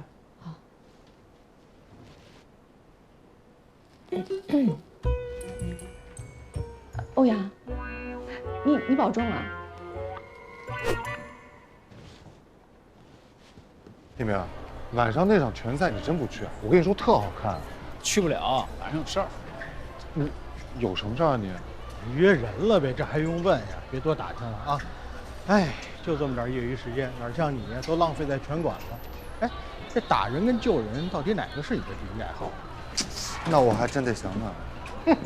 头脑简单，肌肉发达。哎呀，我真的闹不清你是怎么混到我们医生队伍的。老钱，我告诉你啊，这叫艺多不压身。这万一哪天遇上坏人呢？这倒是，到时候可保护好我。那我第一个把你给推出去。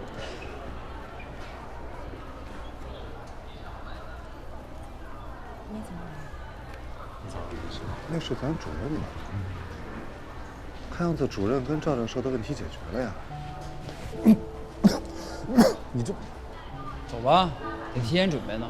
唐主任来了，一会儿手术就要开始。对。你这拳挺标准的呀。你来就是为了送早餐？早餐很重要，一定要吃。你一忙起来什么都忘了，这样子对胃很不好。当然了，我刚得知一个好消息，所以特地来告诉你。我之前不是给学校打辞职报告吗？学校同意了，所以接下来只要把房子处理一下，我就可以彻底搬回来。怎么了？你不开心吗？赵坚，你真的想清楚了吗？你毕竟是终生教授的职务，就这样放弃不可惜吗？而且你是教欧洲现代史的，回国之后要从头开始。不然试一下异地，2年。你的工作时间已经让跟你生活在一块儿像异地了。如果真的在异地的话，那咱们干脆结拜当兄弟吧。我是怕你这么做会后悔，你想清楚了吗？当然了，我这次回来发现，国内这几年进步很大，又安全又方便，而且工作的事情你不用担心。我之前开会认识在国内的朋友，已经帮我介绍一所本地的大学，今天还通知我面试，我一会儿回去换衣服就得去面试了。希望你想清楚。当然了。那我走了。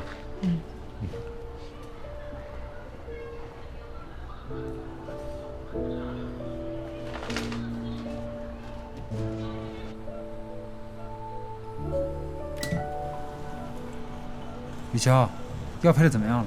都核实好了。喂，叶主任，我是急诊的徐主任，让唐主任马上去急诊。现在？对，让他马上去。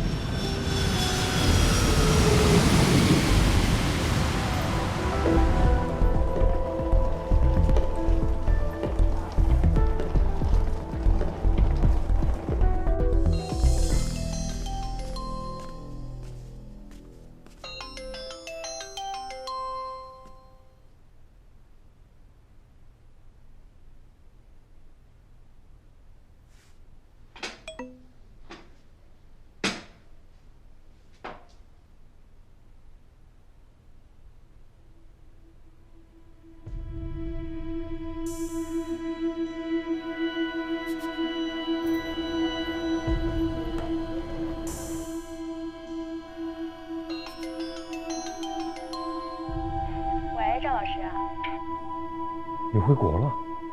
你回来干什么？赵老师，你这么着急干嘛呀？你来机场接我，我就告诉你。我刚才都坐了10几个小时的飞机，都累死了。你快来吧，我等你。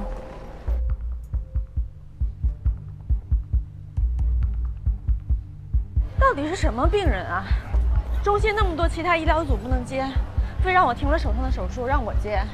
不知道，反正急诊区主任说，你们唐主任一定会感谢我。感谢他？莫名其妙了。唐主任，不好意思啊，停了你手术，但我请示了副院长，领导同意的。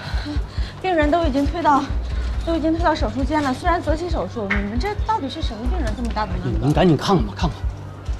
唐主任，您看一看。来，曹主任。病人的情况。汪月就是新娘，目前血氧稳定，80/110，刘东新郎也还算稳定。他不是新郎，我才是新郎。这小子跑到我婚礼上，问我老婆要不要跟他走。刘东，你给我等着，这事儿没完。王爷根本不爱你。你再说一遍。都不要动，都不要动，想不想要命了啊？我又不是致命伤，我老婆那才是。现在还不是你老婆。你闭嘴！刘东，你别说了，要不是你来，咱们俩也不会被串在一块儿。医生，你赶快把那管子拔下来吧，我不想这小子贴在我老婆后面。现在你们都不要吵好吗？情况没有你想的那么简单，管子不能乱动，如果轻易动，2个人可能都要有生命危险。所以你不要吵了，能不能配合我们的工作？还有你们2位，尽量不要动，而且少说话。知道了。徐主任，这是什么情况？哦，我听说呀，好像是这个婚礼宴会厅的气球的充气罐违规操作爆炸了，正好赶上这新娘的前男友来闹，啪！哎，主任，我们要不要尝试把钢管外面的部分给锯断了？不然的话，2个人没有办法塞进机器，做不了 CT。哎，可不行啊，这太危险了。没错，我觉得现在他们应该是伤到心脏跟大动脉了。之所以2个人现在血压这么正常，是因为钢管堵住了破口。如果现在轻易动了这个钢管，很可能造成大出血，病人就死亡了。哎，我就是这意思。现在要做的是赶紧把他们俩运到手术室，而且一定要进行加固，在搬运的过程中绝对不能颠簸，不然的话会很危险。但是手术室的床都很窄，放不下2个人。要不然送到杂交手术室吧。对，相比于普通病房来说，杂交手术室的病床更宽一些，而且有数字剪影血管造影机，可以全方位透视，必要的时候还可以造影。我这就去。哎，龙向东，把那个食道超声做了，还有术前所有的检查。要想最后救病人，还得靠手术。赶紧去啊，越快越好。走吧。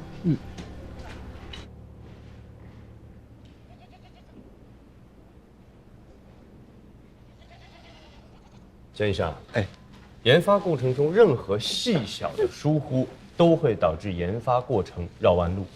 王工，你先不要打断我。你能来帮忙呢，我非常非常感激啊。但是既然来了，那你就要全心全意的把这里的工作当成自己的本职工作去做，服从研发团队的安排。我不是想，不要像某些医务处长那样，想来就来，想走就走啊。好好了，你可以说了。现在，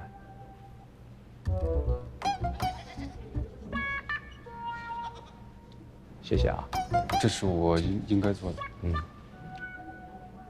我带你去监控室看一下。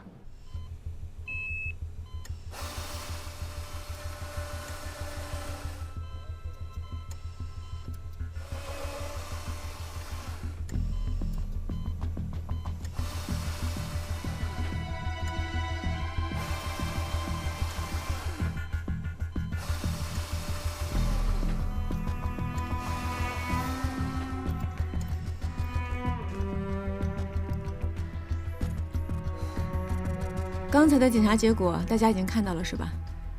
汪月主要伤及的是主动脉和肺部，刘东的位置在他后面，所以他直接伤的是右心房。同时呢，他的脊柱已经断了一截，而且已经脱位。现在那根钢管正好卡住了。刚才查过脚趾，还有知觉，就说明神经系统还没有受损。反正如果现在移动钢管的话，这两个人随时可能会因为大出血而死亡。到时候最好的结果呀，就是高位截瘫了。所以我们现在必须要尽快想一个能够保住2个人的手术方案。崔主任，你们神外有什么好的建议？现在这么一个情况，肯定是你们心外打头阵，对吧？那心脏没了，那什么都没有了。那我只能说，从脊柱手术的角度来看，一般是从他的背后入刀，但是这个男病人的脊柱呢，偏偏又是向前脱位的。那么只能是从腹部入刀，而他的正面呢又被这个女病人挡得严严实实的，而且就这个女病人的伤看起来呢比男病人要严重，理论上男病人存活的几率会更大。如果说你要问我们神外的建议的话，先把女病人从钢管上移除，然后2人同时实施手术。胸外持反对意见，我们认为把男病人从钢管上弄下来，2个人同时手术。刘副院长，如果这么来的话，这男的肯定瘫痪。瘫痪至少还有命，扎成这样能保住命就不错了。老刘，你这就不理智了。这个男病人，你只要让我切除他脱出的椎体，重建脊柱的稳定性，他日后是可以直立行走的。还是那句话，这不是走不走，是命不命的问题。你们能别再争了吗？啊，说来说去，还是一个方案，牺牲一个保一个。现在需要的是能保住2个人的方案，有没有？难道你有？我也没有。江医生，我给你介绍一下，植入术后的实验羊都会单独圈养，会有摄像头24小时记录它们的动态。实验羊身上呢还会连着检测人工心脏转速等数据的电线，数据呢都是在这些仪器上显示的。我们需要做的就是及时发现仪器上记录的异常现象，然后反映给王工还有我们的团队。我明白了，就是我偶尔可能要回科室那边。明白。等送去质检以后呢，就不再需要这么严密的监测，我们轮流值班。行，那没问题。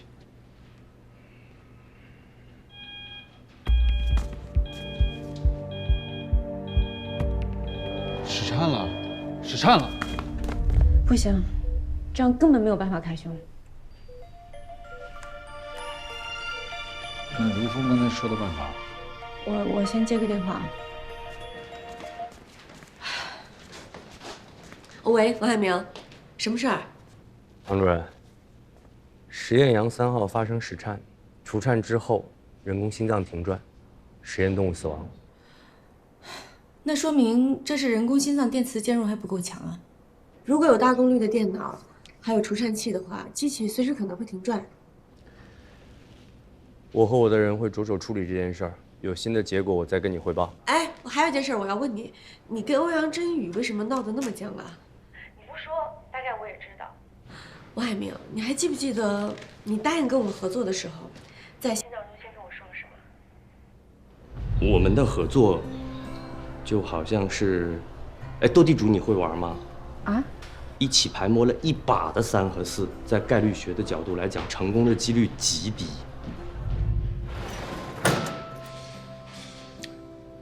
现在的赢面已经比那时候大多了，但是我不明白这跟欧阳处长有什么关系啊？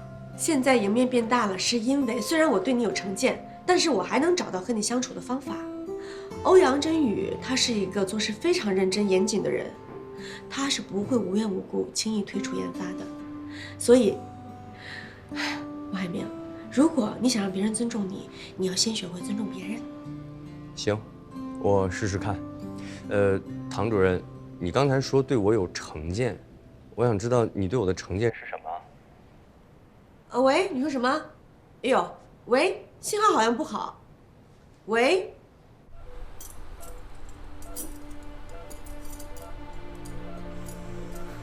他们怎么还没有进来？是消息不太好吗？你们现在啊，最需要的就是放松，因为心情不好会影响血压的。啊，谢谢叶医生。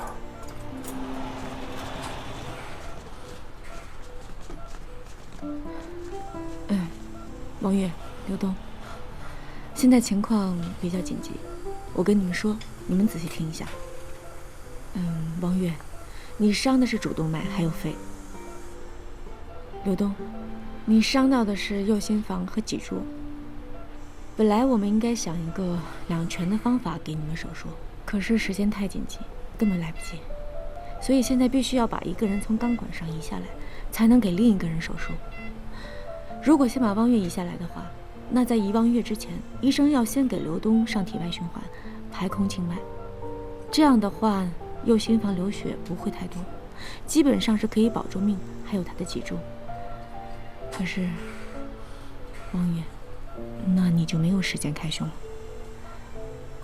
如果把刘东从钢管上移下来，别说了，移动我吧。刘东。欠你的太多了，我不想连命都欠你。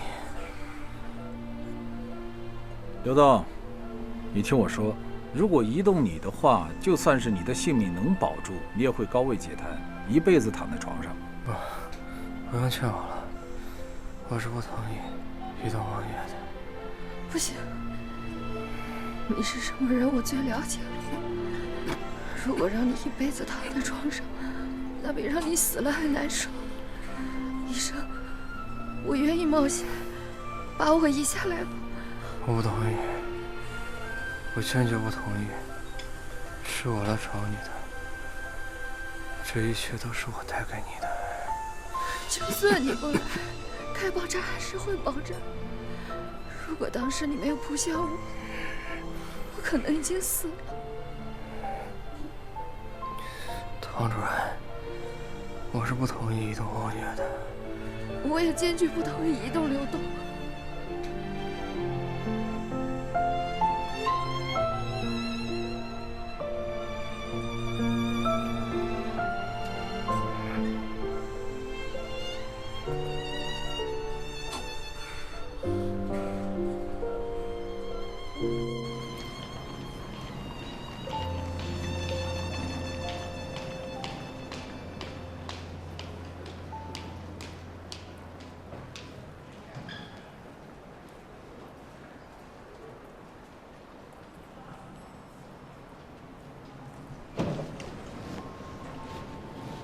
我就不上去了。可我还有话要跟你说呀。我交了1个礼拜的房费，你就当回过来旅游。你出国念书那么多年，如果想回老家探亲，你就把房钱给退，这些都无所谓。但是我们不要再见面了。我回国是想跟我的妻子和好，重新开始。所以过去的事情就留在过去吧。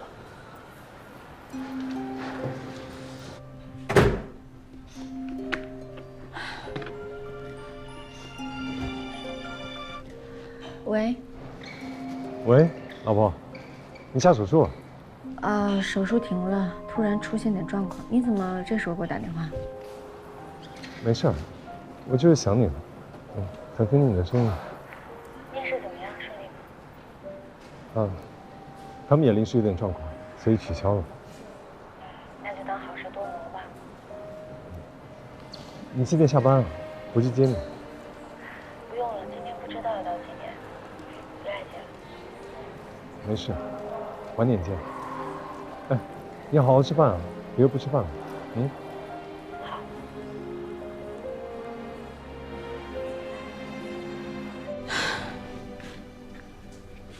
潘主任，哎，吕潇替你啊？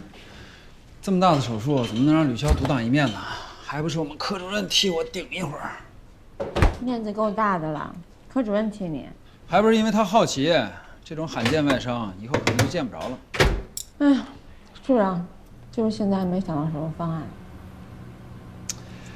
我在手术室的时候啊，想到了一个方案，但是不知道可行不可行。什么方案？你想想啊，我们现在病人所在的手术室叫什么？咋叫手术室？有造影机，可以同时做普通手术和介入手术。你的意思是，杂交手术？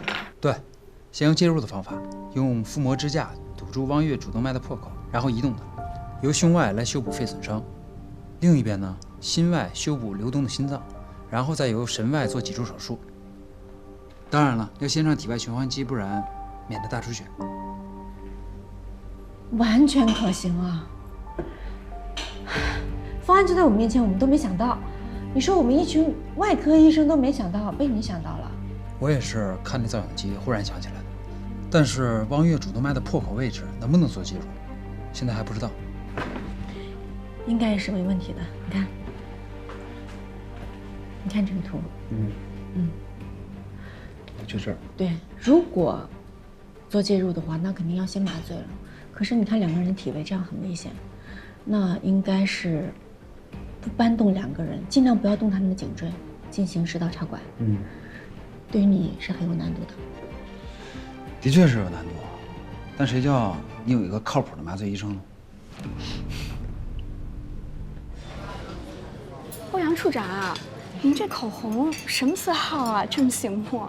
你要喜欢的话，我把链接发给你。啊，那倒不必，谢谢啊。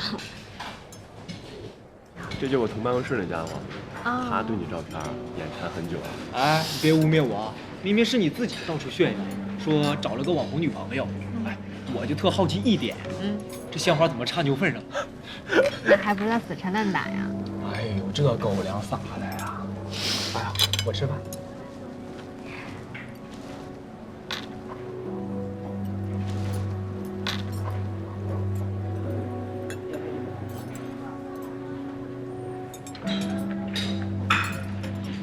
这谁呀？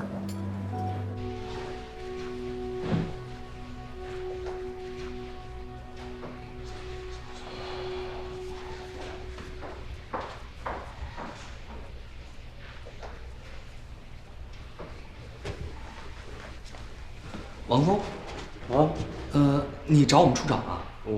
他没在，出去了。出去了啊？出去好，出去就不怪我没来过了。什么？没什么，你去忙吧。谢谢啊。不是。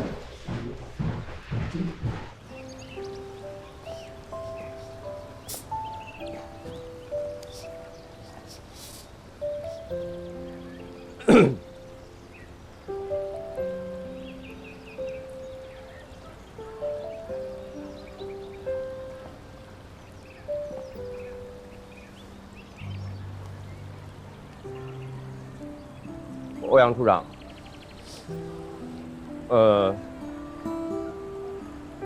我可能之前不是对你很尊重，我跟你道个歉啊，但是我绝对不是不尊重你啊。那我现在正式的向你道一个歉，对不起。但是你其实也说过我，对吧？你说我情商不高。啊，你还说我要不是因为手上有样机的这个资源的话，你们安和不会跟我合作。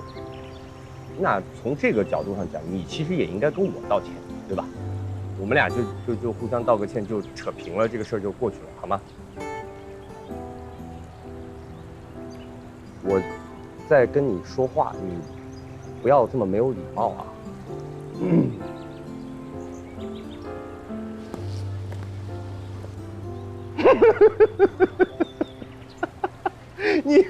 我有那么好笑吗？说完了吗？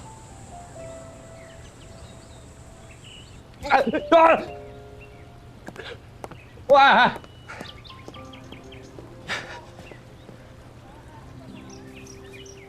哎，欧阳处长。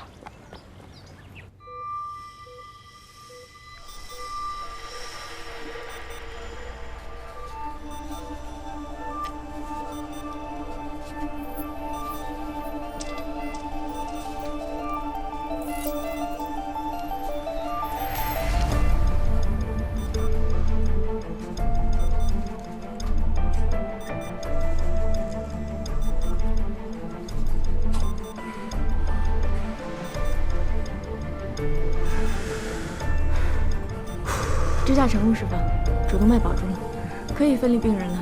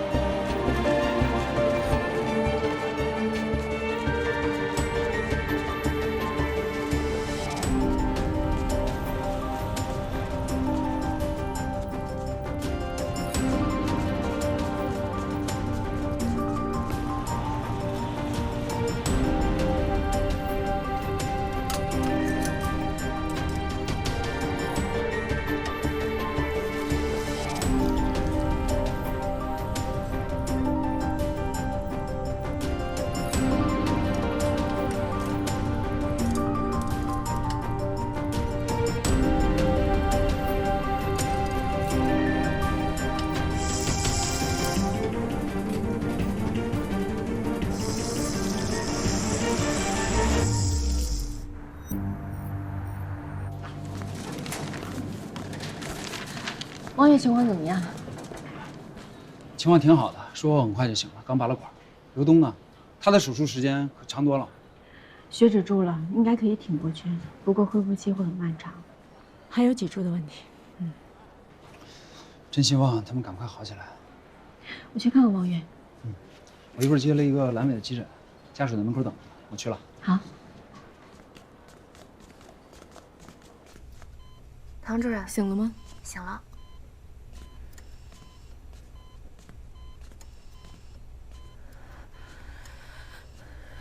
唐医生，辛苦了，尽量少说话。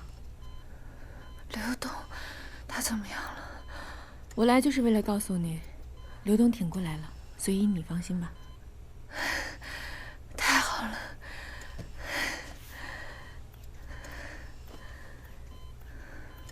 你先好好养着。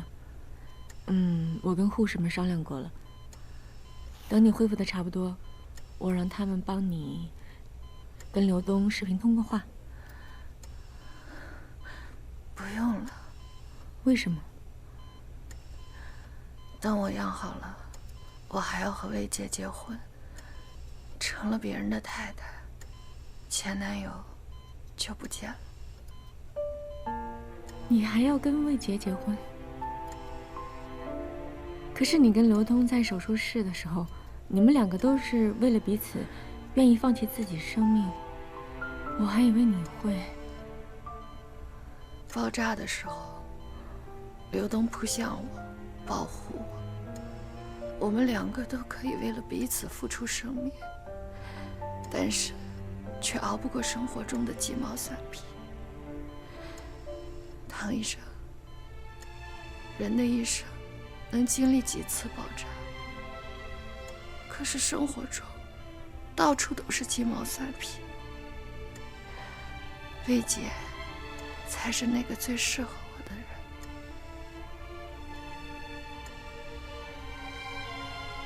可是你不会不甘心吗？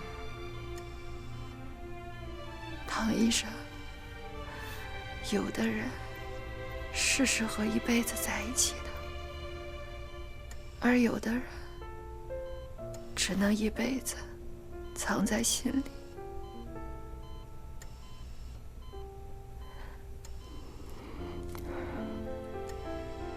这个麻醉药我看你没办法装，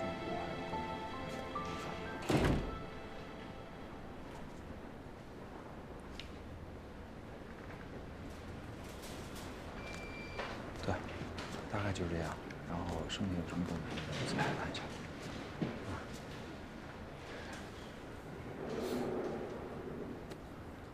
走吧。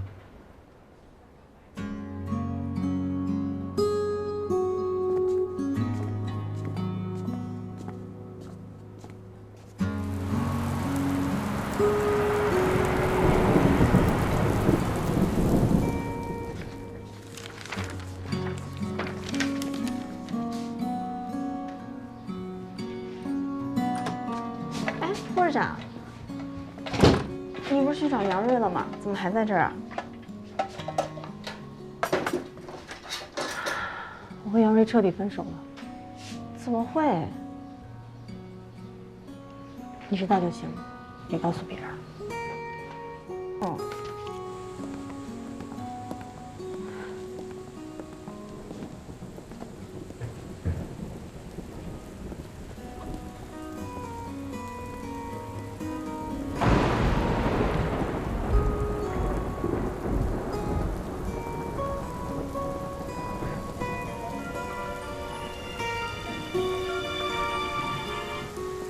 喂，你先别哭，慢慢说。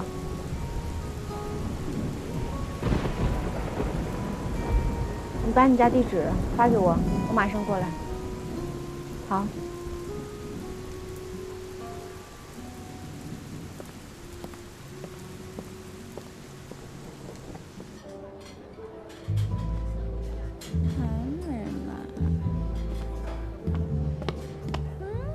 明英，一鸣哥，你来啦！我之前啊加了一台阑尾炎手术，所以有点耽搁了，不好意思啊。没事。你有什么事要跟我说？什么事儿啊？你不是有事要跟我说吗？我有事想跟你说。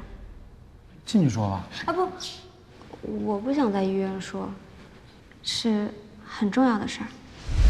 忘了，忘了。我要是再喝一杯，我肯定就能想起来。哎，你别喝了，你是不是喝多了？服务员，帮我再来一杯。我不喜欢他了，我觉得我自己就像这个卫生纸一样，被这样用过了之后。这么一扔，像个垃圾一样。别哭了，自尊心都碎了。那你再想想，有没有什么其他的办法，让你心里面能舒服一点？你等着，我现在这是他送给我的2样东西，看着就生气是吧？动手吧。啊！用剪刀剪啊，剪了它。动手吧。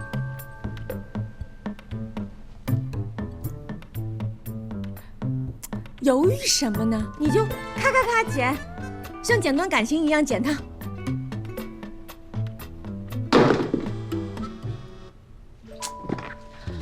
你还犹豫什么呀？就这样，看着啊。剪，使劲剪。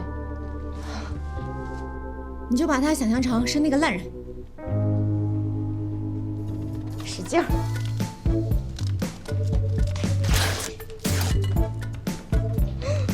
我把它剪得稀巴烂，炒鸡蛋。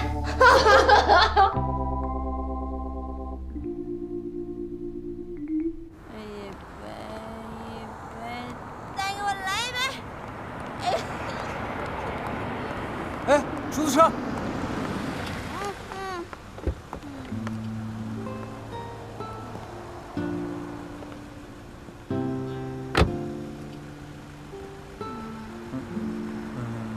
林英有点喝多了，我送她回家。好。走吧，上车上车。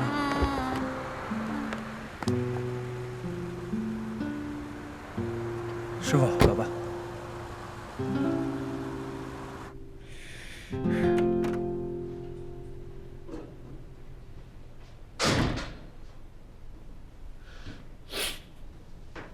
回来了。嗯，你同事怎么样？没事儿，闹了点情绪，哭了哭鼻子。女人真可爱，不管到了几岁，都跟小女孩一样。我太累了，先去洗个澡。啊。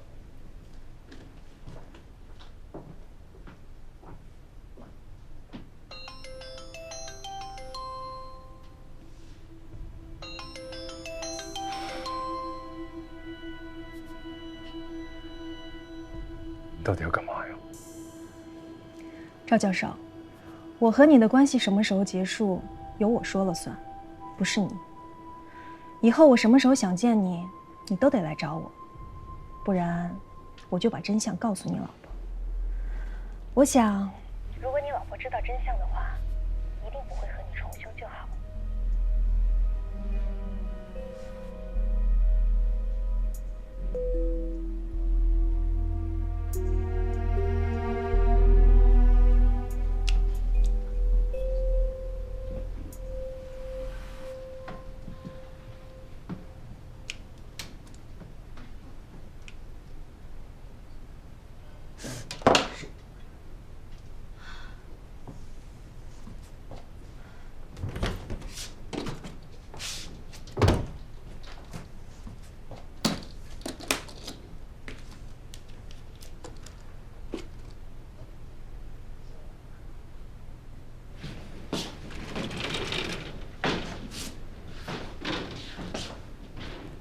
你怎么了？哦，没事，刚才弄花的时候不小心扎着了。没事吧？你还买花了？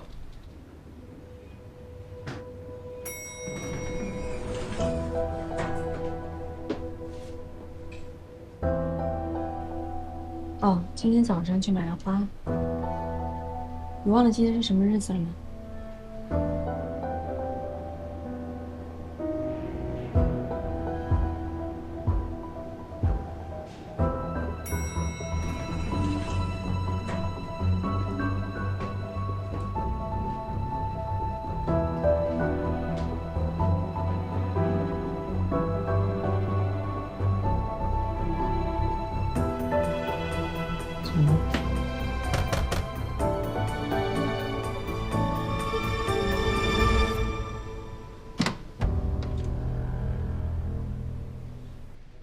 哎，你好，是唐女士吗？对，是我。这是您的蛋糕。好，谢谢。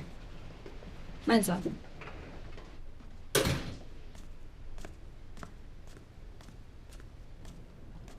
你的生日你忘了？对。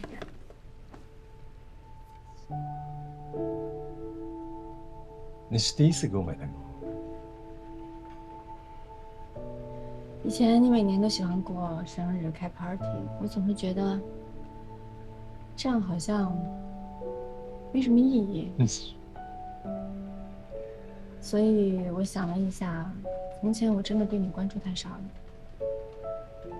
我现在想做一些改变。你这几句话就是最好的礼物。对了，最近这2天太忙了，我真的忘了买礼物了。没事。我把蛋糕冰起来，吃饭的时候再拿出来吃。啊。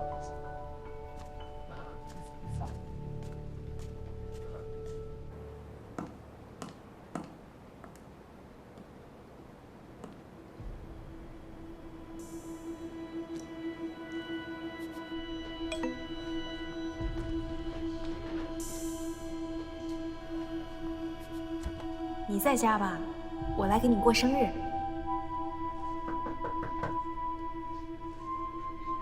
是不是有人敲门？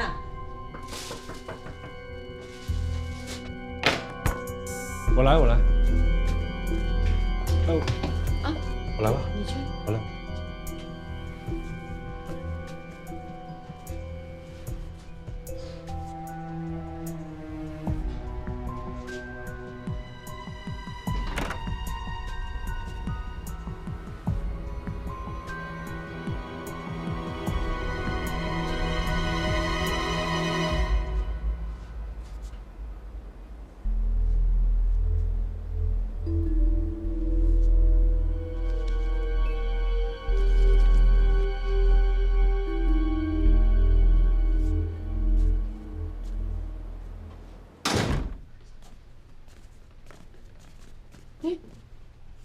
不是忘了今天过生日吗？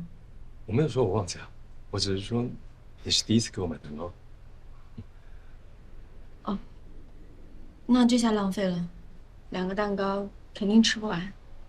那当然是你给我买的。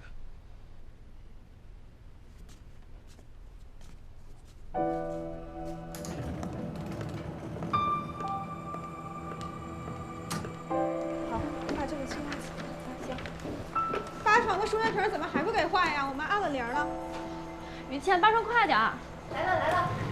手脚慢吞吞的，真是。这大周末的，真的是1分钟都不让人清闲。我刚才还去看了的，他那里边啊还有小半瓶液体呢。楚妍。啊。昨天是你负责接收的新仪器吧？哦，是我。怎么了？那为什么没有及时接理呼吸机的档案卡？我给忘了，昨天太忙了。大家谁不忙？现在没有出问题可以补，要是出了问题呢？你要是能把平时描眉化验的时间分出去1半，我相信咱全中心的呼吸机都能重新登记一遍了。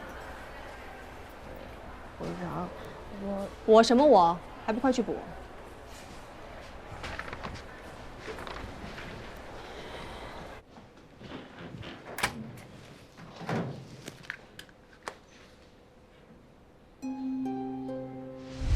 我一直以为你很支持我的工作，我一直也很喜欢我现在的工作。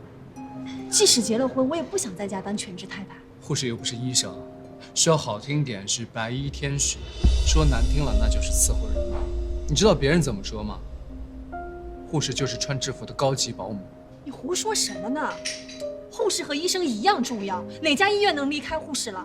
原来你打心里就瞧不起我们当护士的，是不是？你从来就没有瞧得起我的这份工作。你为什么抱着个破工作不放？我实在想不通。我也想不通，那都是你的想法，你有问过我的想法吗？如果你接受不了，那我们分手吧，就这样吧。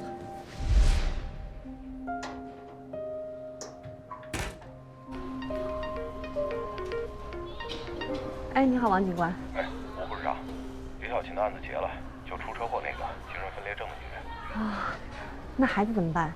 是廖青的舅舅接走吗？李小琴的舅舅不愿意要这孩子，联系了1次就再也联系不上了。我们通知了福利院，等孩子出院，福利院接手。哦，这样啊。好，我知道了，谢谢你啊。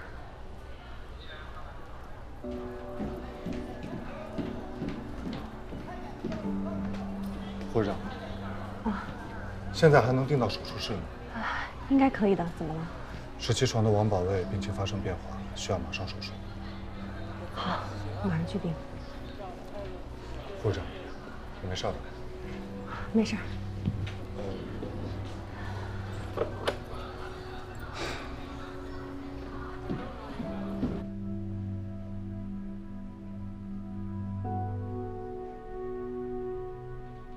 啊，中午你先自己吃饭，晚上回来再给你过生日。啊，没关系。不好意思，因为这个病人是龙向东昨天晚上收的，本来定好是周一手术的，没想到。你赶紧去吧。那我先走了。啊。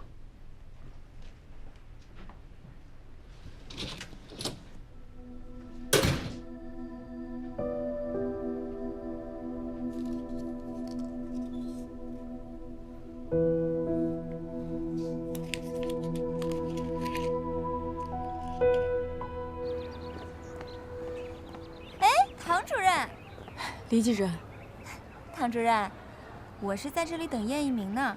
我们约好了一块出去玩，请问你知道他什么时候下手术吗？我不知道，我还有事，我先走了。哎，他来了，一鸣哥。哎，唐主任，你怎么在这儿？科室有事儿？急诊有手术。啊。你们先忙吧，我有事先走了。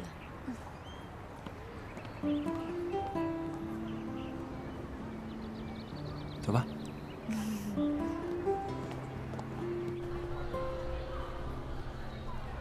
怎么样？主任。哎，对，这是我们唐主任，你老公这台手术的主刀。唐主任，那就麻烦您了，唐主任。不用客气。王宝贝，做完手术就没事了啊。谢谢唐主任。去了之后先打麻醉，我们马上到。好的。术前检查都完善了吧？都完善了，就是血脂偏高点，但是不影响。秦大忠已经到手术室了，他今天怎么那么积极啊？不是他积极，这星期天麻醉科的人少，安排了吕潇当这台的主麻。他最近不是刚升了主治吗？虽然职称到了，但是叶一鸣不在，他多少有点心慌，所以就让我们心外的人早点过去盯着你。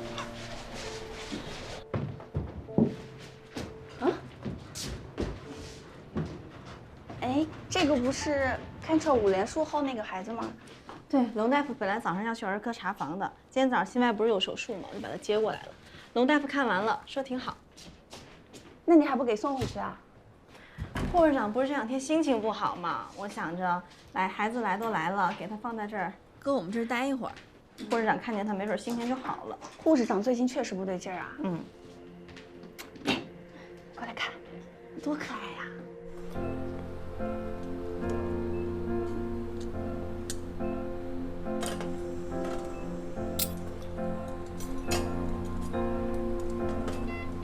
麻醉怎么样？一切正常。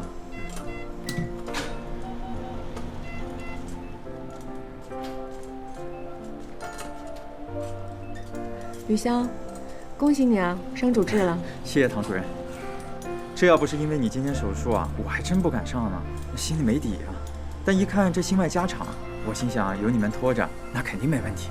咦，这话说的太客气了，唐主任，您不知道，刚才这麻醉给的可好了。毕竟是叶一鸣的学生吧？其实不用太紧张，多做几台就好了。嗯，我这不是想着不要给叶主任丢脸吗？可以了，唐主任可以手术了。好，开始手术吧。那就这样，我们就按照指导会的精神继续找。好，你有什么想法，随时跟我联系。好的。好，再见。再见。哎呀，这星期天也不让人消停着。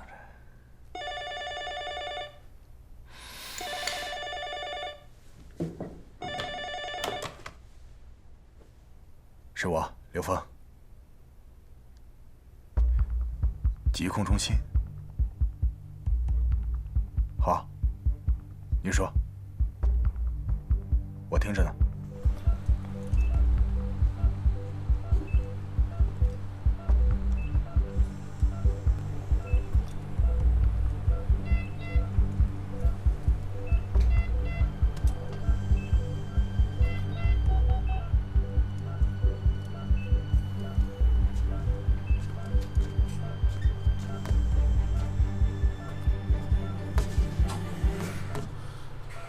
哎，主任，这门打不开。啊？怎么会呢？我看一眼。汤主任，我们手术室的门真的打不开。巡回，打个电话问问怎么回事。好。唐主任，我是刘峰。你们现在做的手术患者是一个莫尔斯密接者。你们所在的手术室已经被隔离了，你们抓紧做完这台手术。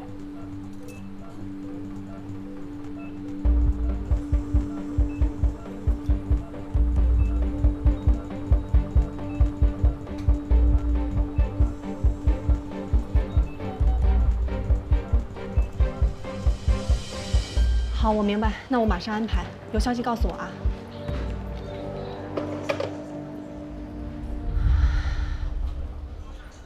大家把手里的活都停一下，戴上口罩，跟我来看换药室，快！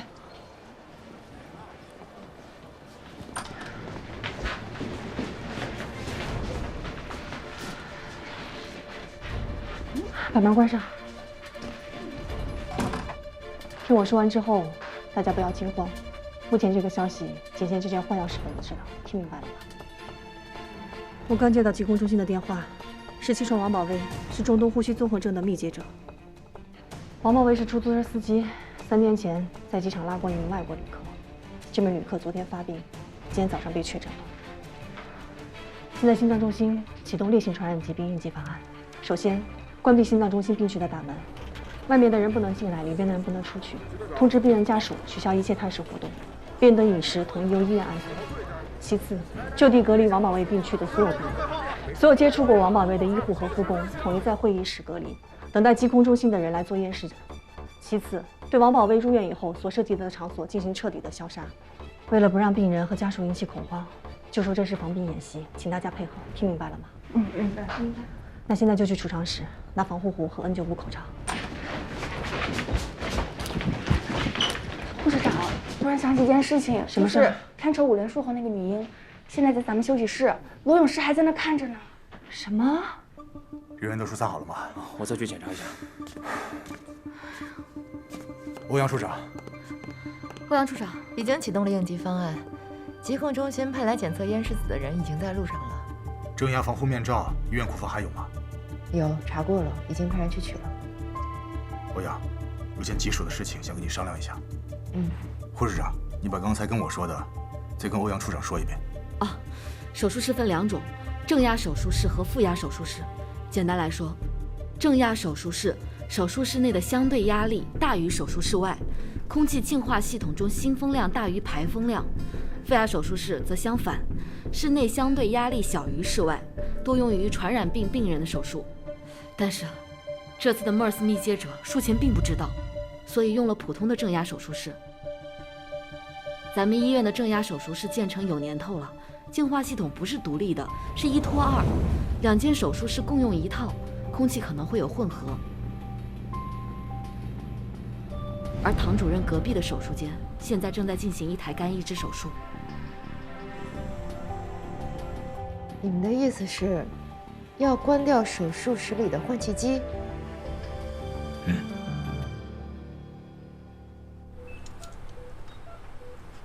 打针。哎，慢一点。不好意思啊。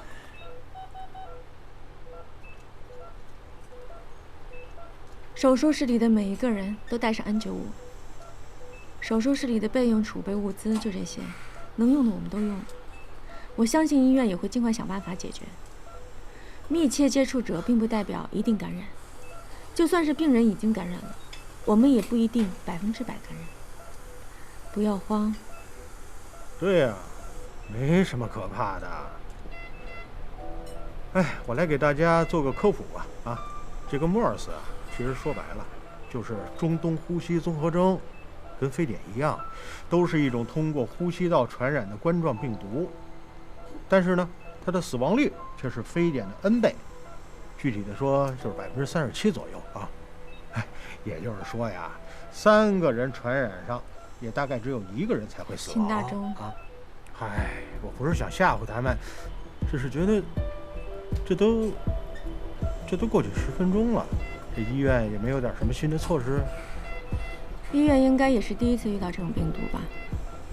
想解决方案也没有那么快，延迟一会儿很正常。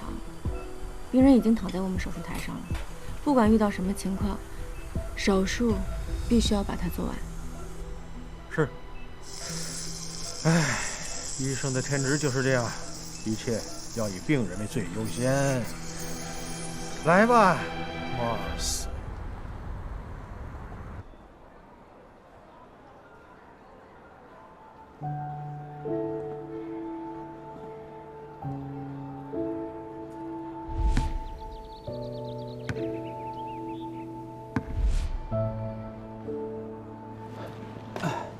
电影啊，还有20分钟。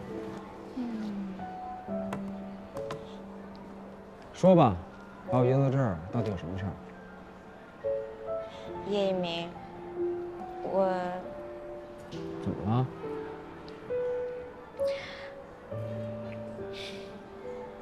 我喜欢你，是真的喜欢，不是以前那样乱开玩笑的那种。一样。我知道，你能不能先听我把话讲完？我记得那会儿，是我小学4年级的时候。那么早？所以我说你听我说完嘛。一样，真的抱歉，时间太久了，我真的不记得了。没关系，我记得很清楚就行。所以从那之后，我就总是厚着脸皮找你。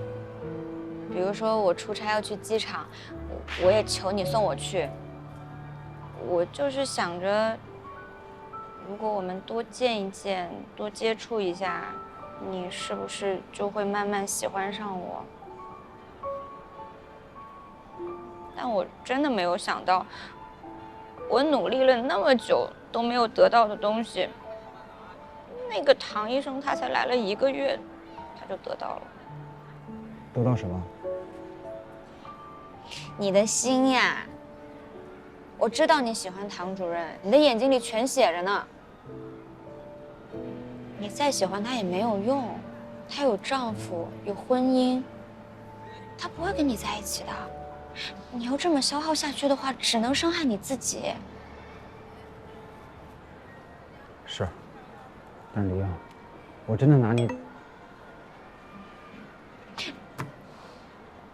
你能不能先不看？李英，我真的拿你指的，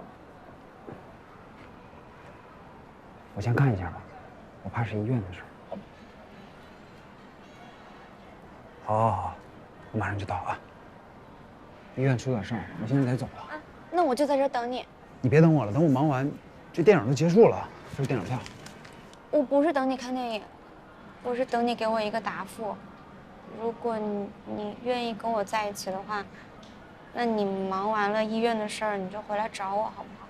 这样，有什么事儿啊？我回头发微信给你啊。我真的着急，我得走了，不好意思啊。你不要拒绝我，我在这等你。别急，没有安排好的，快！你们几个把所有地方检查一遍，力争一个死角不留，听到了吗？明白，明白。好，走。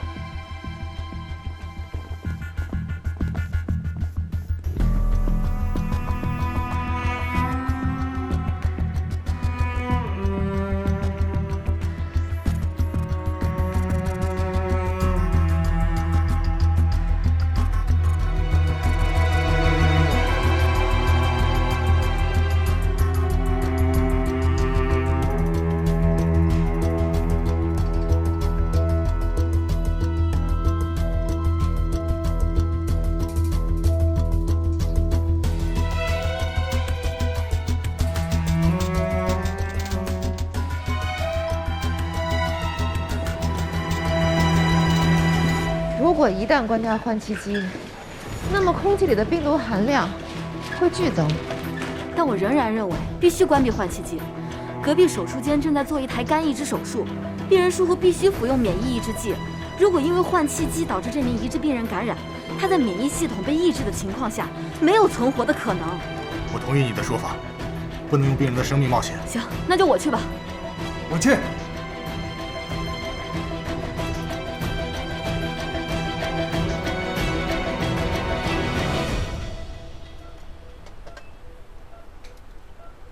雨潇，唐主任，我没事。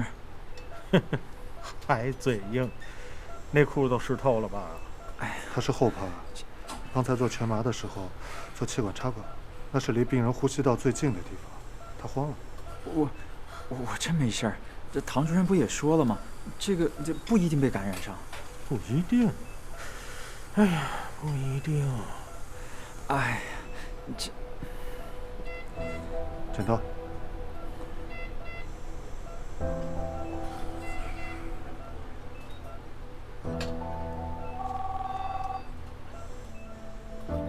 唐主任，你们屋里人听着，现在呢，换气机1拖2，隔壁是移植病人，为了保住病人，要关闭换气机。在关闭换气机后呢，会有人来这里对你们进行咽拭子测试。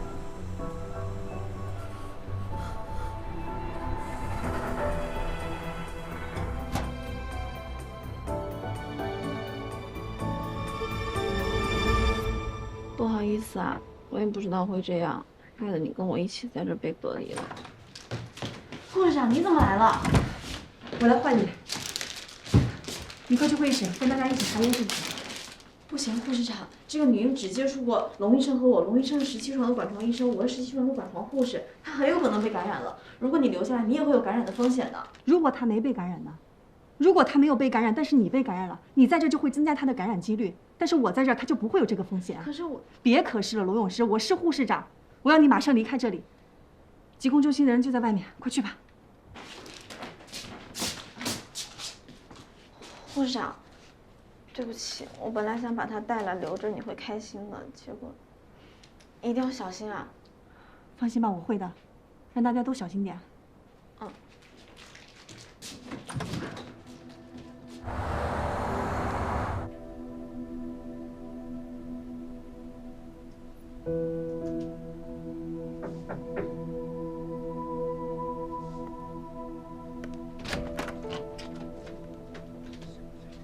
赵教授，你终于肯来了，生日快乐！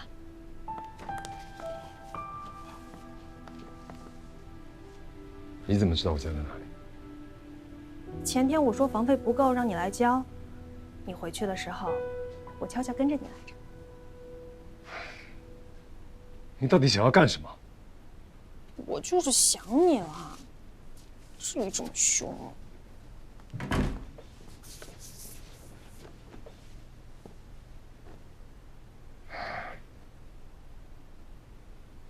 再说，我也给你留了余地，不然今天我就可以敲开门，把真相都告诉你老婆。什么真相？你还瞒着你老婆什么？什么就是真相啊？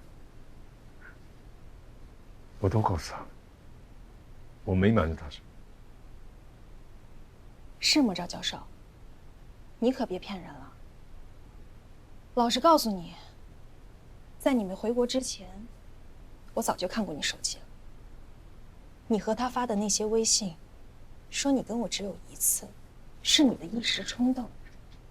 没错，被他撞见的那次，的确是我们的第一次。可是你没告诉他，在他回国以后，你还和我同居了3个月。你怎么可以看我的手机？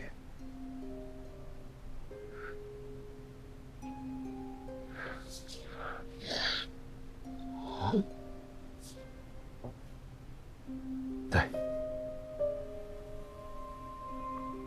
是我一时软弱。可是后来我们还是分手了。那是因为你知道了他在国内的下落，才跟我分手的。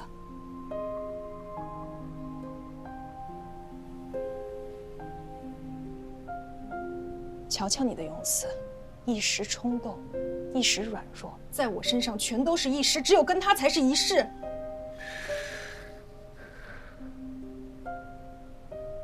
她是我太太，结婚的时候我发过誓，我会跟她在一起一辈子。可我以为你会离婚的。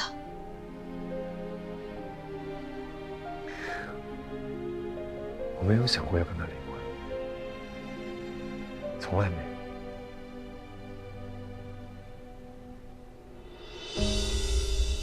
对，你是没说过，但你说你不开心，你说你老婆是个冷血工作狂，你说你孤单寂寞了，你还说你跟我在一起才觉得自己是个男人，你还说你爱我，这不是要离婚是什么？那些都是当下的感受，但是我劝你，不能太相信一个男人在床上说的话。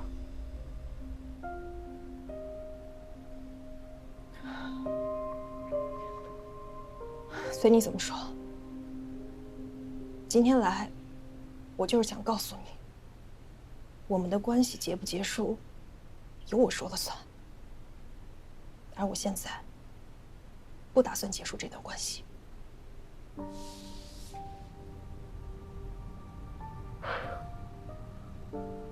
你何必呢？在学校里有那么多男孩子追你，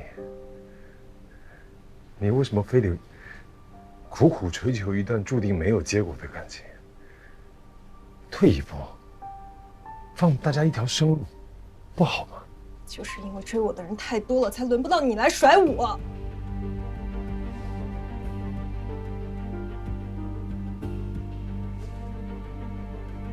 如果伤害了你的自尊心，我跟你道歉。但是我不会离开我太太，她也不会离开我。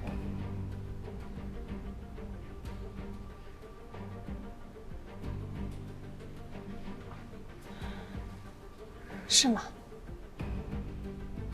那说明真相的分量还不够重。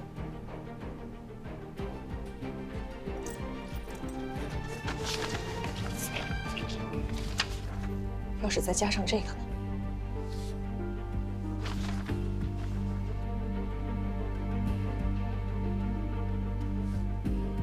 你流产了？没错，我怀孕了，孩子是你的。回国之前出了一次意外，孩子没了。疾病中心现在在加急检测王宝卫的痰样跟血样，但还没有出结果。怎么还没出来？赶紧加急！我最好的心外大夫和麻醉大夫全搁里头呢。您先冷静一点，催也没有用，现在已经是特事特办最快的速度处理了。而且这个王宝卫他肯定是要反复检查几次的，为了确保结果的可信度。我没办法冷静。如果说安和出现院内 MERS 感染，我和你吃不了兜着走。你以为我不着急吗？啊，现在三甲复诊就在眼前，如果真的出现了 MERS，咱们都得吃不了兜着走。你有时候做的所有事情都白做了。好了好了，你们刚才说的这些我也不懂，我只知道现在有好几台手术都结束了，咱们得把病人转移到 ICU 吧。啊，还有剖腹产的，产妇孩子都出不来，只要结果不确定，整个手术室都不敢动啊。行了行了，你别提醒我了。减班。好。哎，你可真是有福气呀，唐主任亲自为你缝皮啊！哼。如果真的得了 MERS， 皮缝的再好也没有用的。主动脉夹层，外加 MERS 感染。兄弟，你这是抽的九死一生的牌哟。可以。你说，这一会儿谁会过来？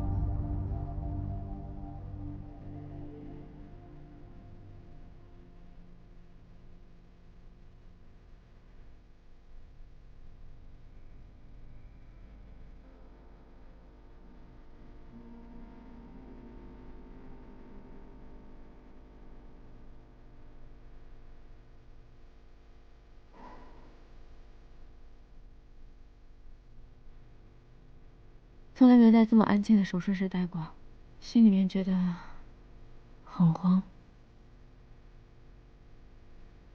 是啊，我也觉得。你不用担心，我会一直陪着你的。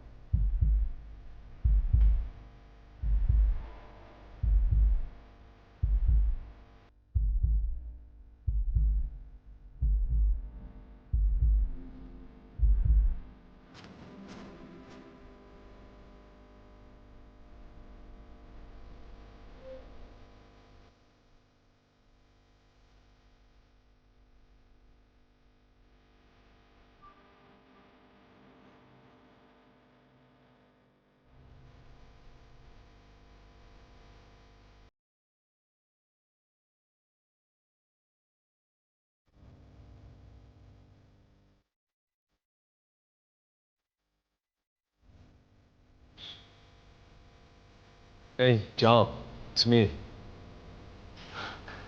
I know. Hey, listen. I'm calling to ask you for a favor.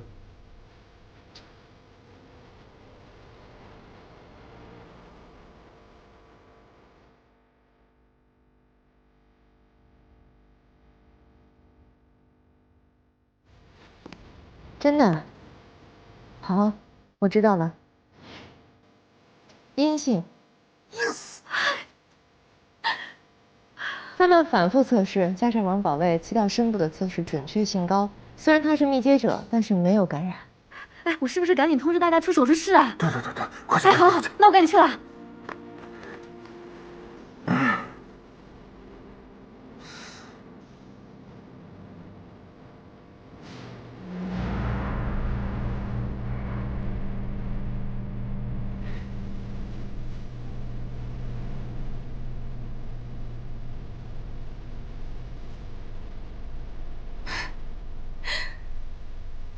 是阴性。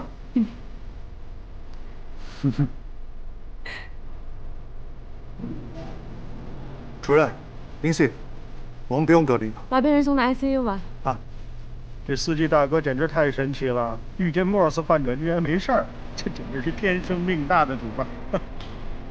魏主任，今天可是把我们吓坏了，得亏你了，这不然取标本那一步，我真的不知道自己敢不敢取。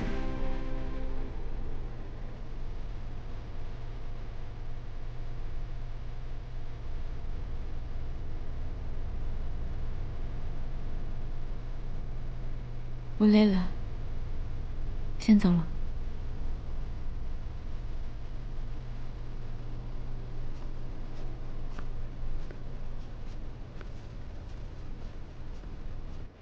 3甲复审有希望了。其他患者也没风险了。欧阳处长，我们是不是该握个手庆祝一下？我们啊，要换在平时啊，肯定不会跟你握手，但是今天，副市长收到信息了吗？警报解除了。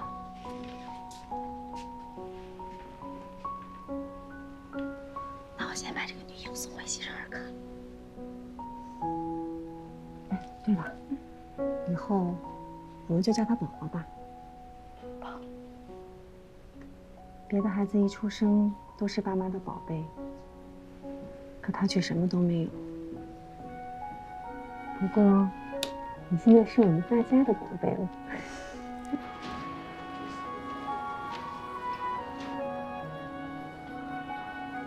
哎，您这是贵重物品吗？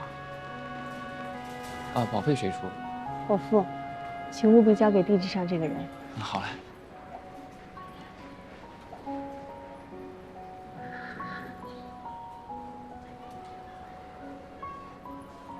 明明姐，请你喝奶茶。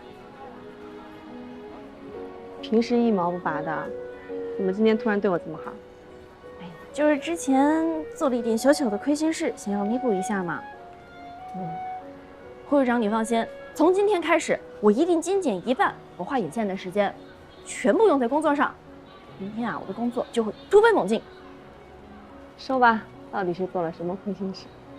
别问我，就一点小小的亏心事啦。哎，快喝奶茶，快喝奶茶。好，谢谢啊。不客气。你快忙吧。谢谢。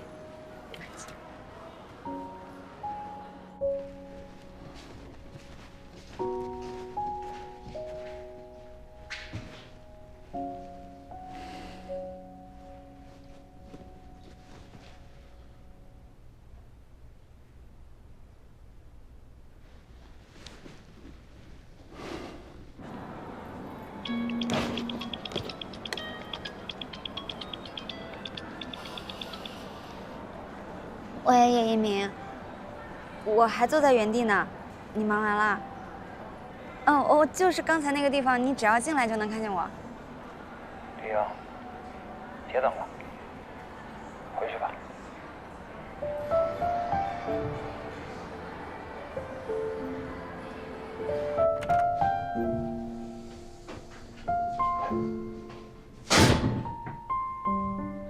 回来了。回来了。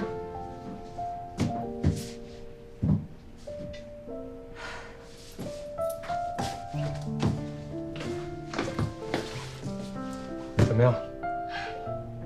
挺顺利的，不过今天我跟病人的小命差点多多了。怎么那么奇怪？什么手术连你的命都快丢了？哎好饿啊，有什么吃的吗？有蛋糕。我等你回来切蛋糕，等得我都饿了。对不起，生日快乐。不够，你要给我唱生日歌，然后给我点蜡烛，才准你吃蛋糕。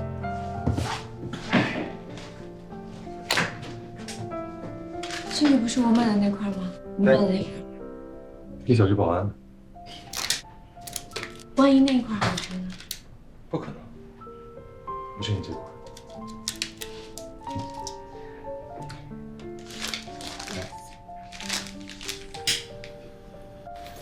我今天终于知道什么叫劫后余生了。我刚去超市买了一大堆零食。啊？哦，你在给你老公过生日啊？好呀好呀，那你过吧，我不打扰你们了，挂了啊。珍珍啊，你总算回来了，你赶快洗手吃饭来。妈妈。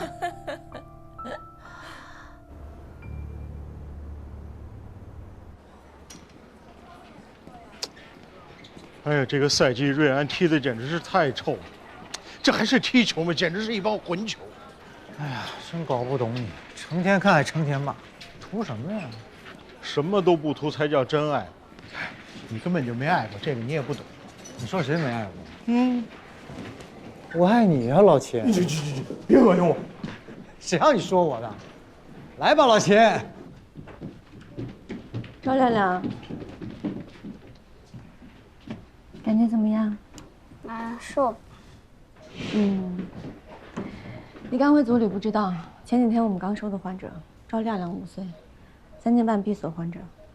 小朋友，你这么抱着腿舒服吗？先心病患者典型的蹲踞呼吸，口唇发干，身体还有点水肿。给你听一下啊，来，手打开。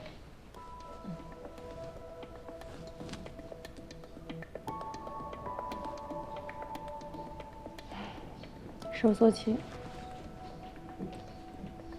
吹风式杂音。姜伟，听一下。术前检查都做好了吗？做好了，没什么大问题。原来今天要安排他一台手术的，但是因为他欠费了，所以就没排。欠费了？家属呢？哎，唐医生，我跟您说啊，我们有点事儿还想跟您反映呢。这孩子爸爸太不靠谱了。怎么不靠谱了？您看啊，这么小的孩子，家属就连个护工都没给雇。哎，你说这么小一孩，一天天就一人给扔这儿，他爸呀，就是每天到了探视的时间，偶尔过来送点饭，哎，转身就走，陪孩子时间都不到10分钟。哎，来了。哎，我跟您各位说啊，这么多年了，我还真就没见过这么不靠谱的老爸。是啊，好几次家属过来送饭都很晚，给孩子饿坏了，还是科里的护士给孩子拿了吃的，而且他已经欠费2天了。亮亮，爸爸妈妈呢？只有爸爸。爸爸去哪儿了？那你吃早饭了吗？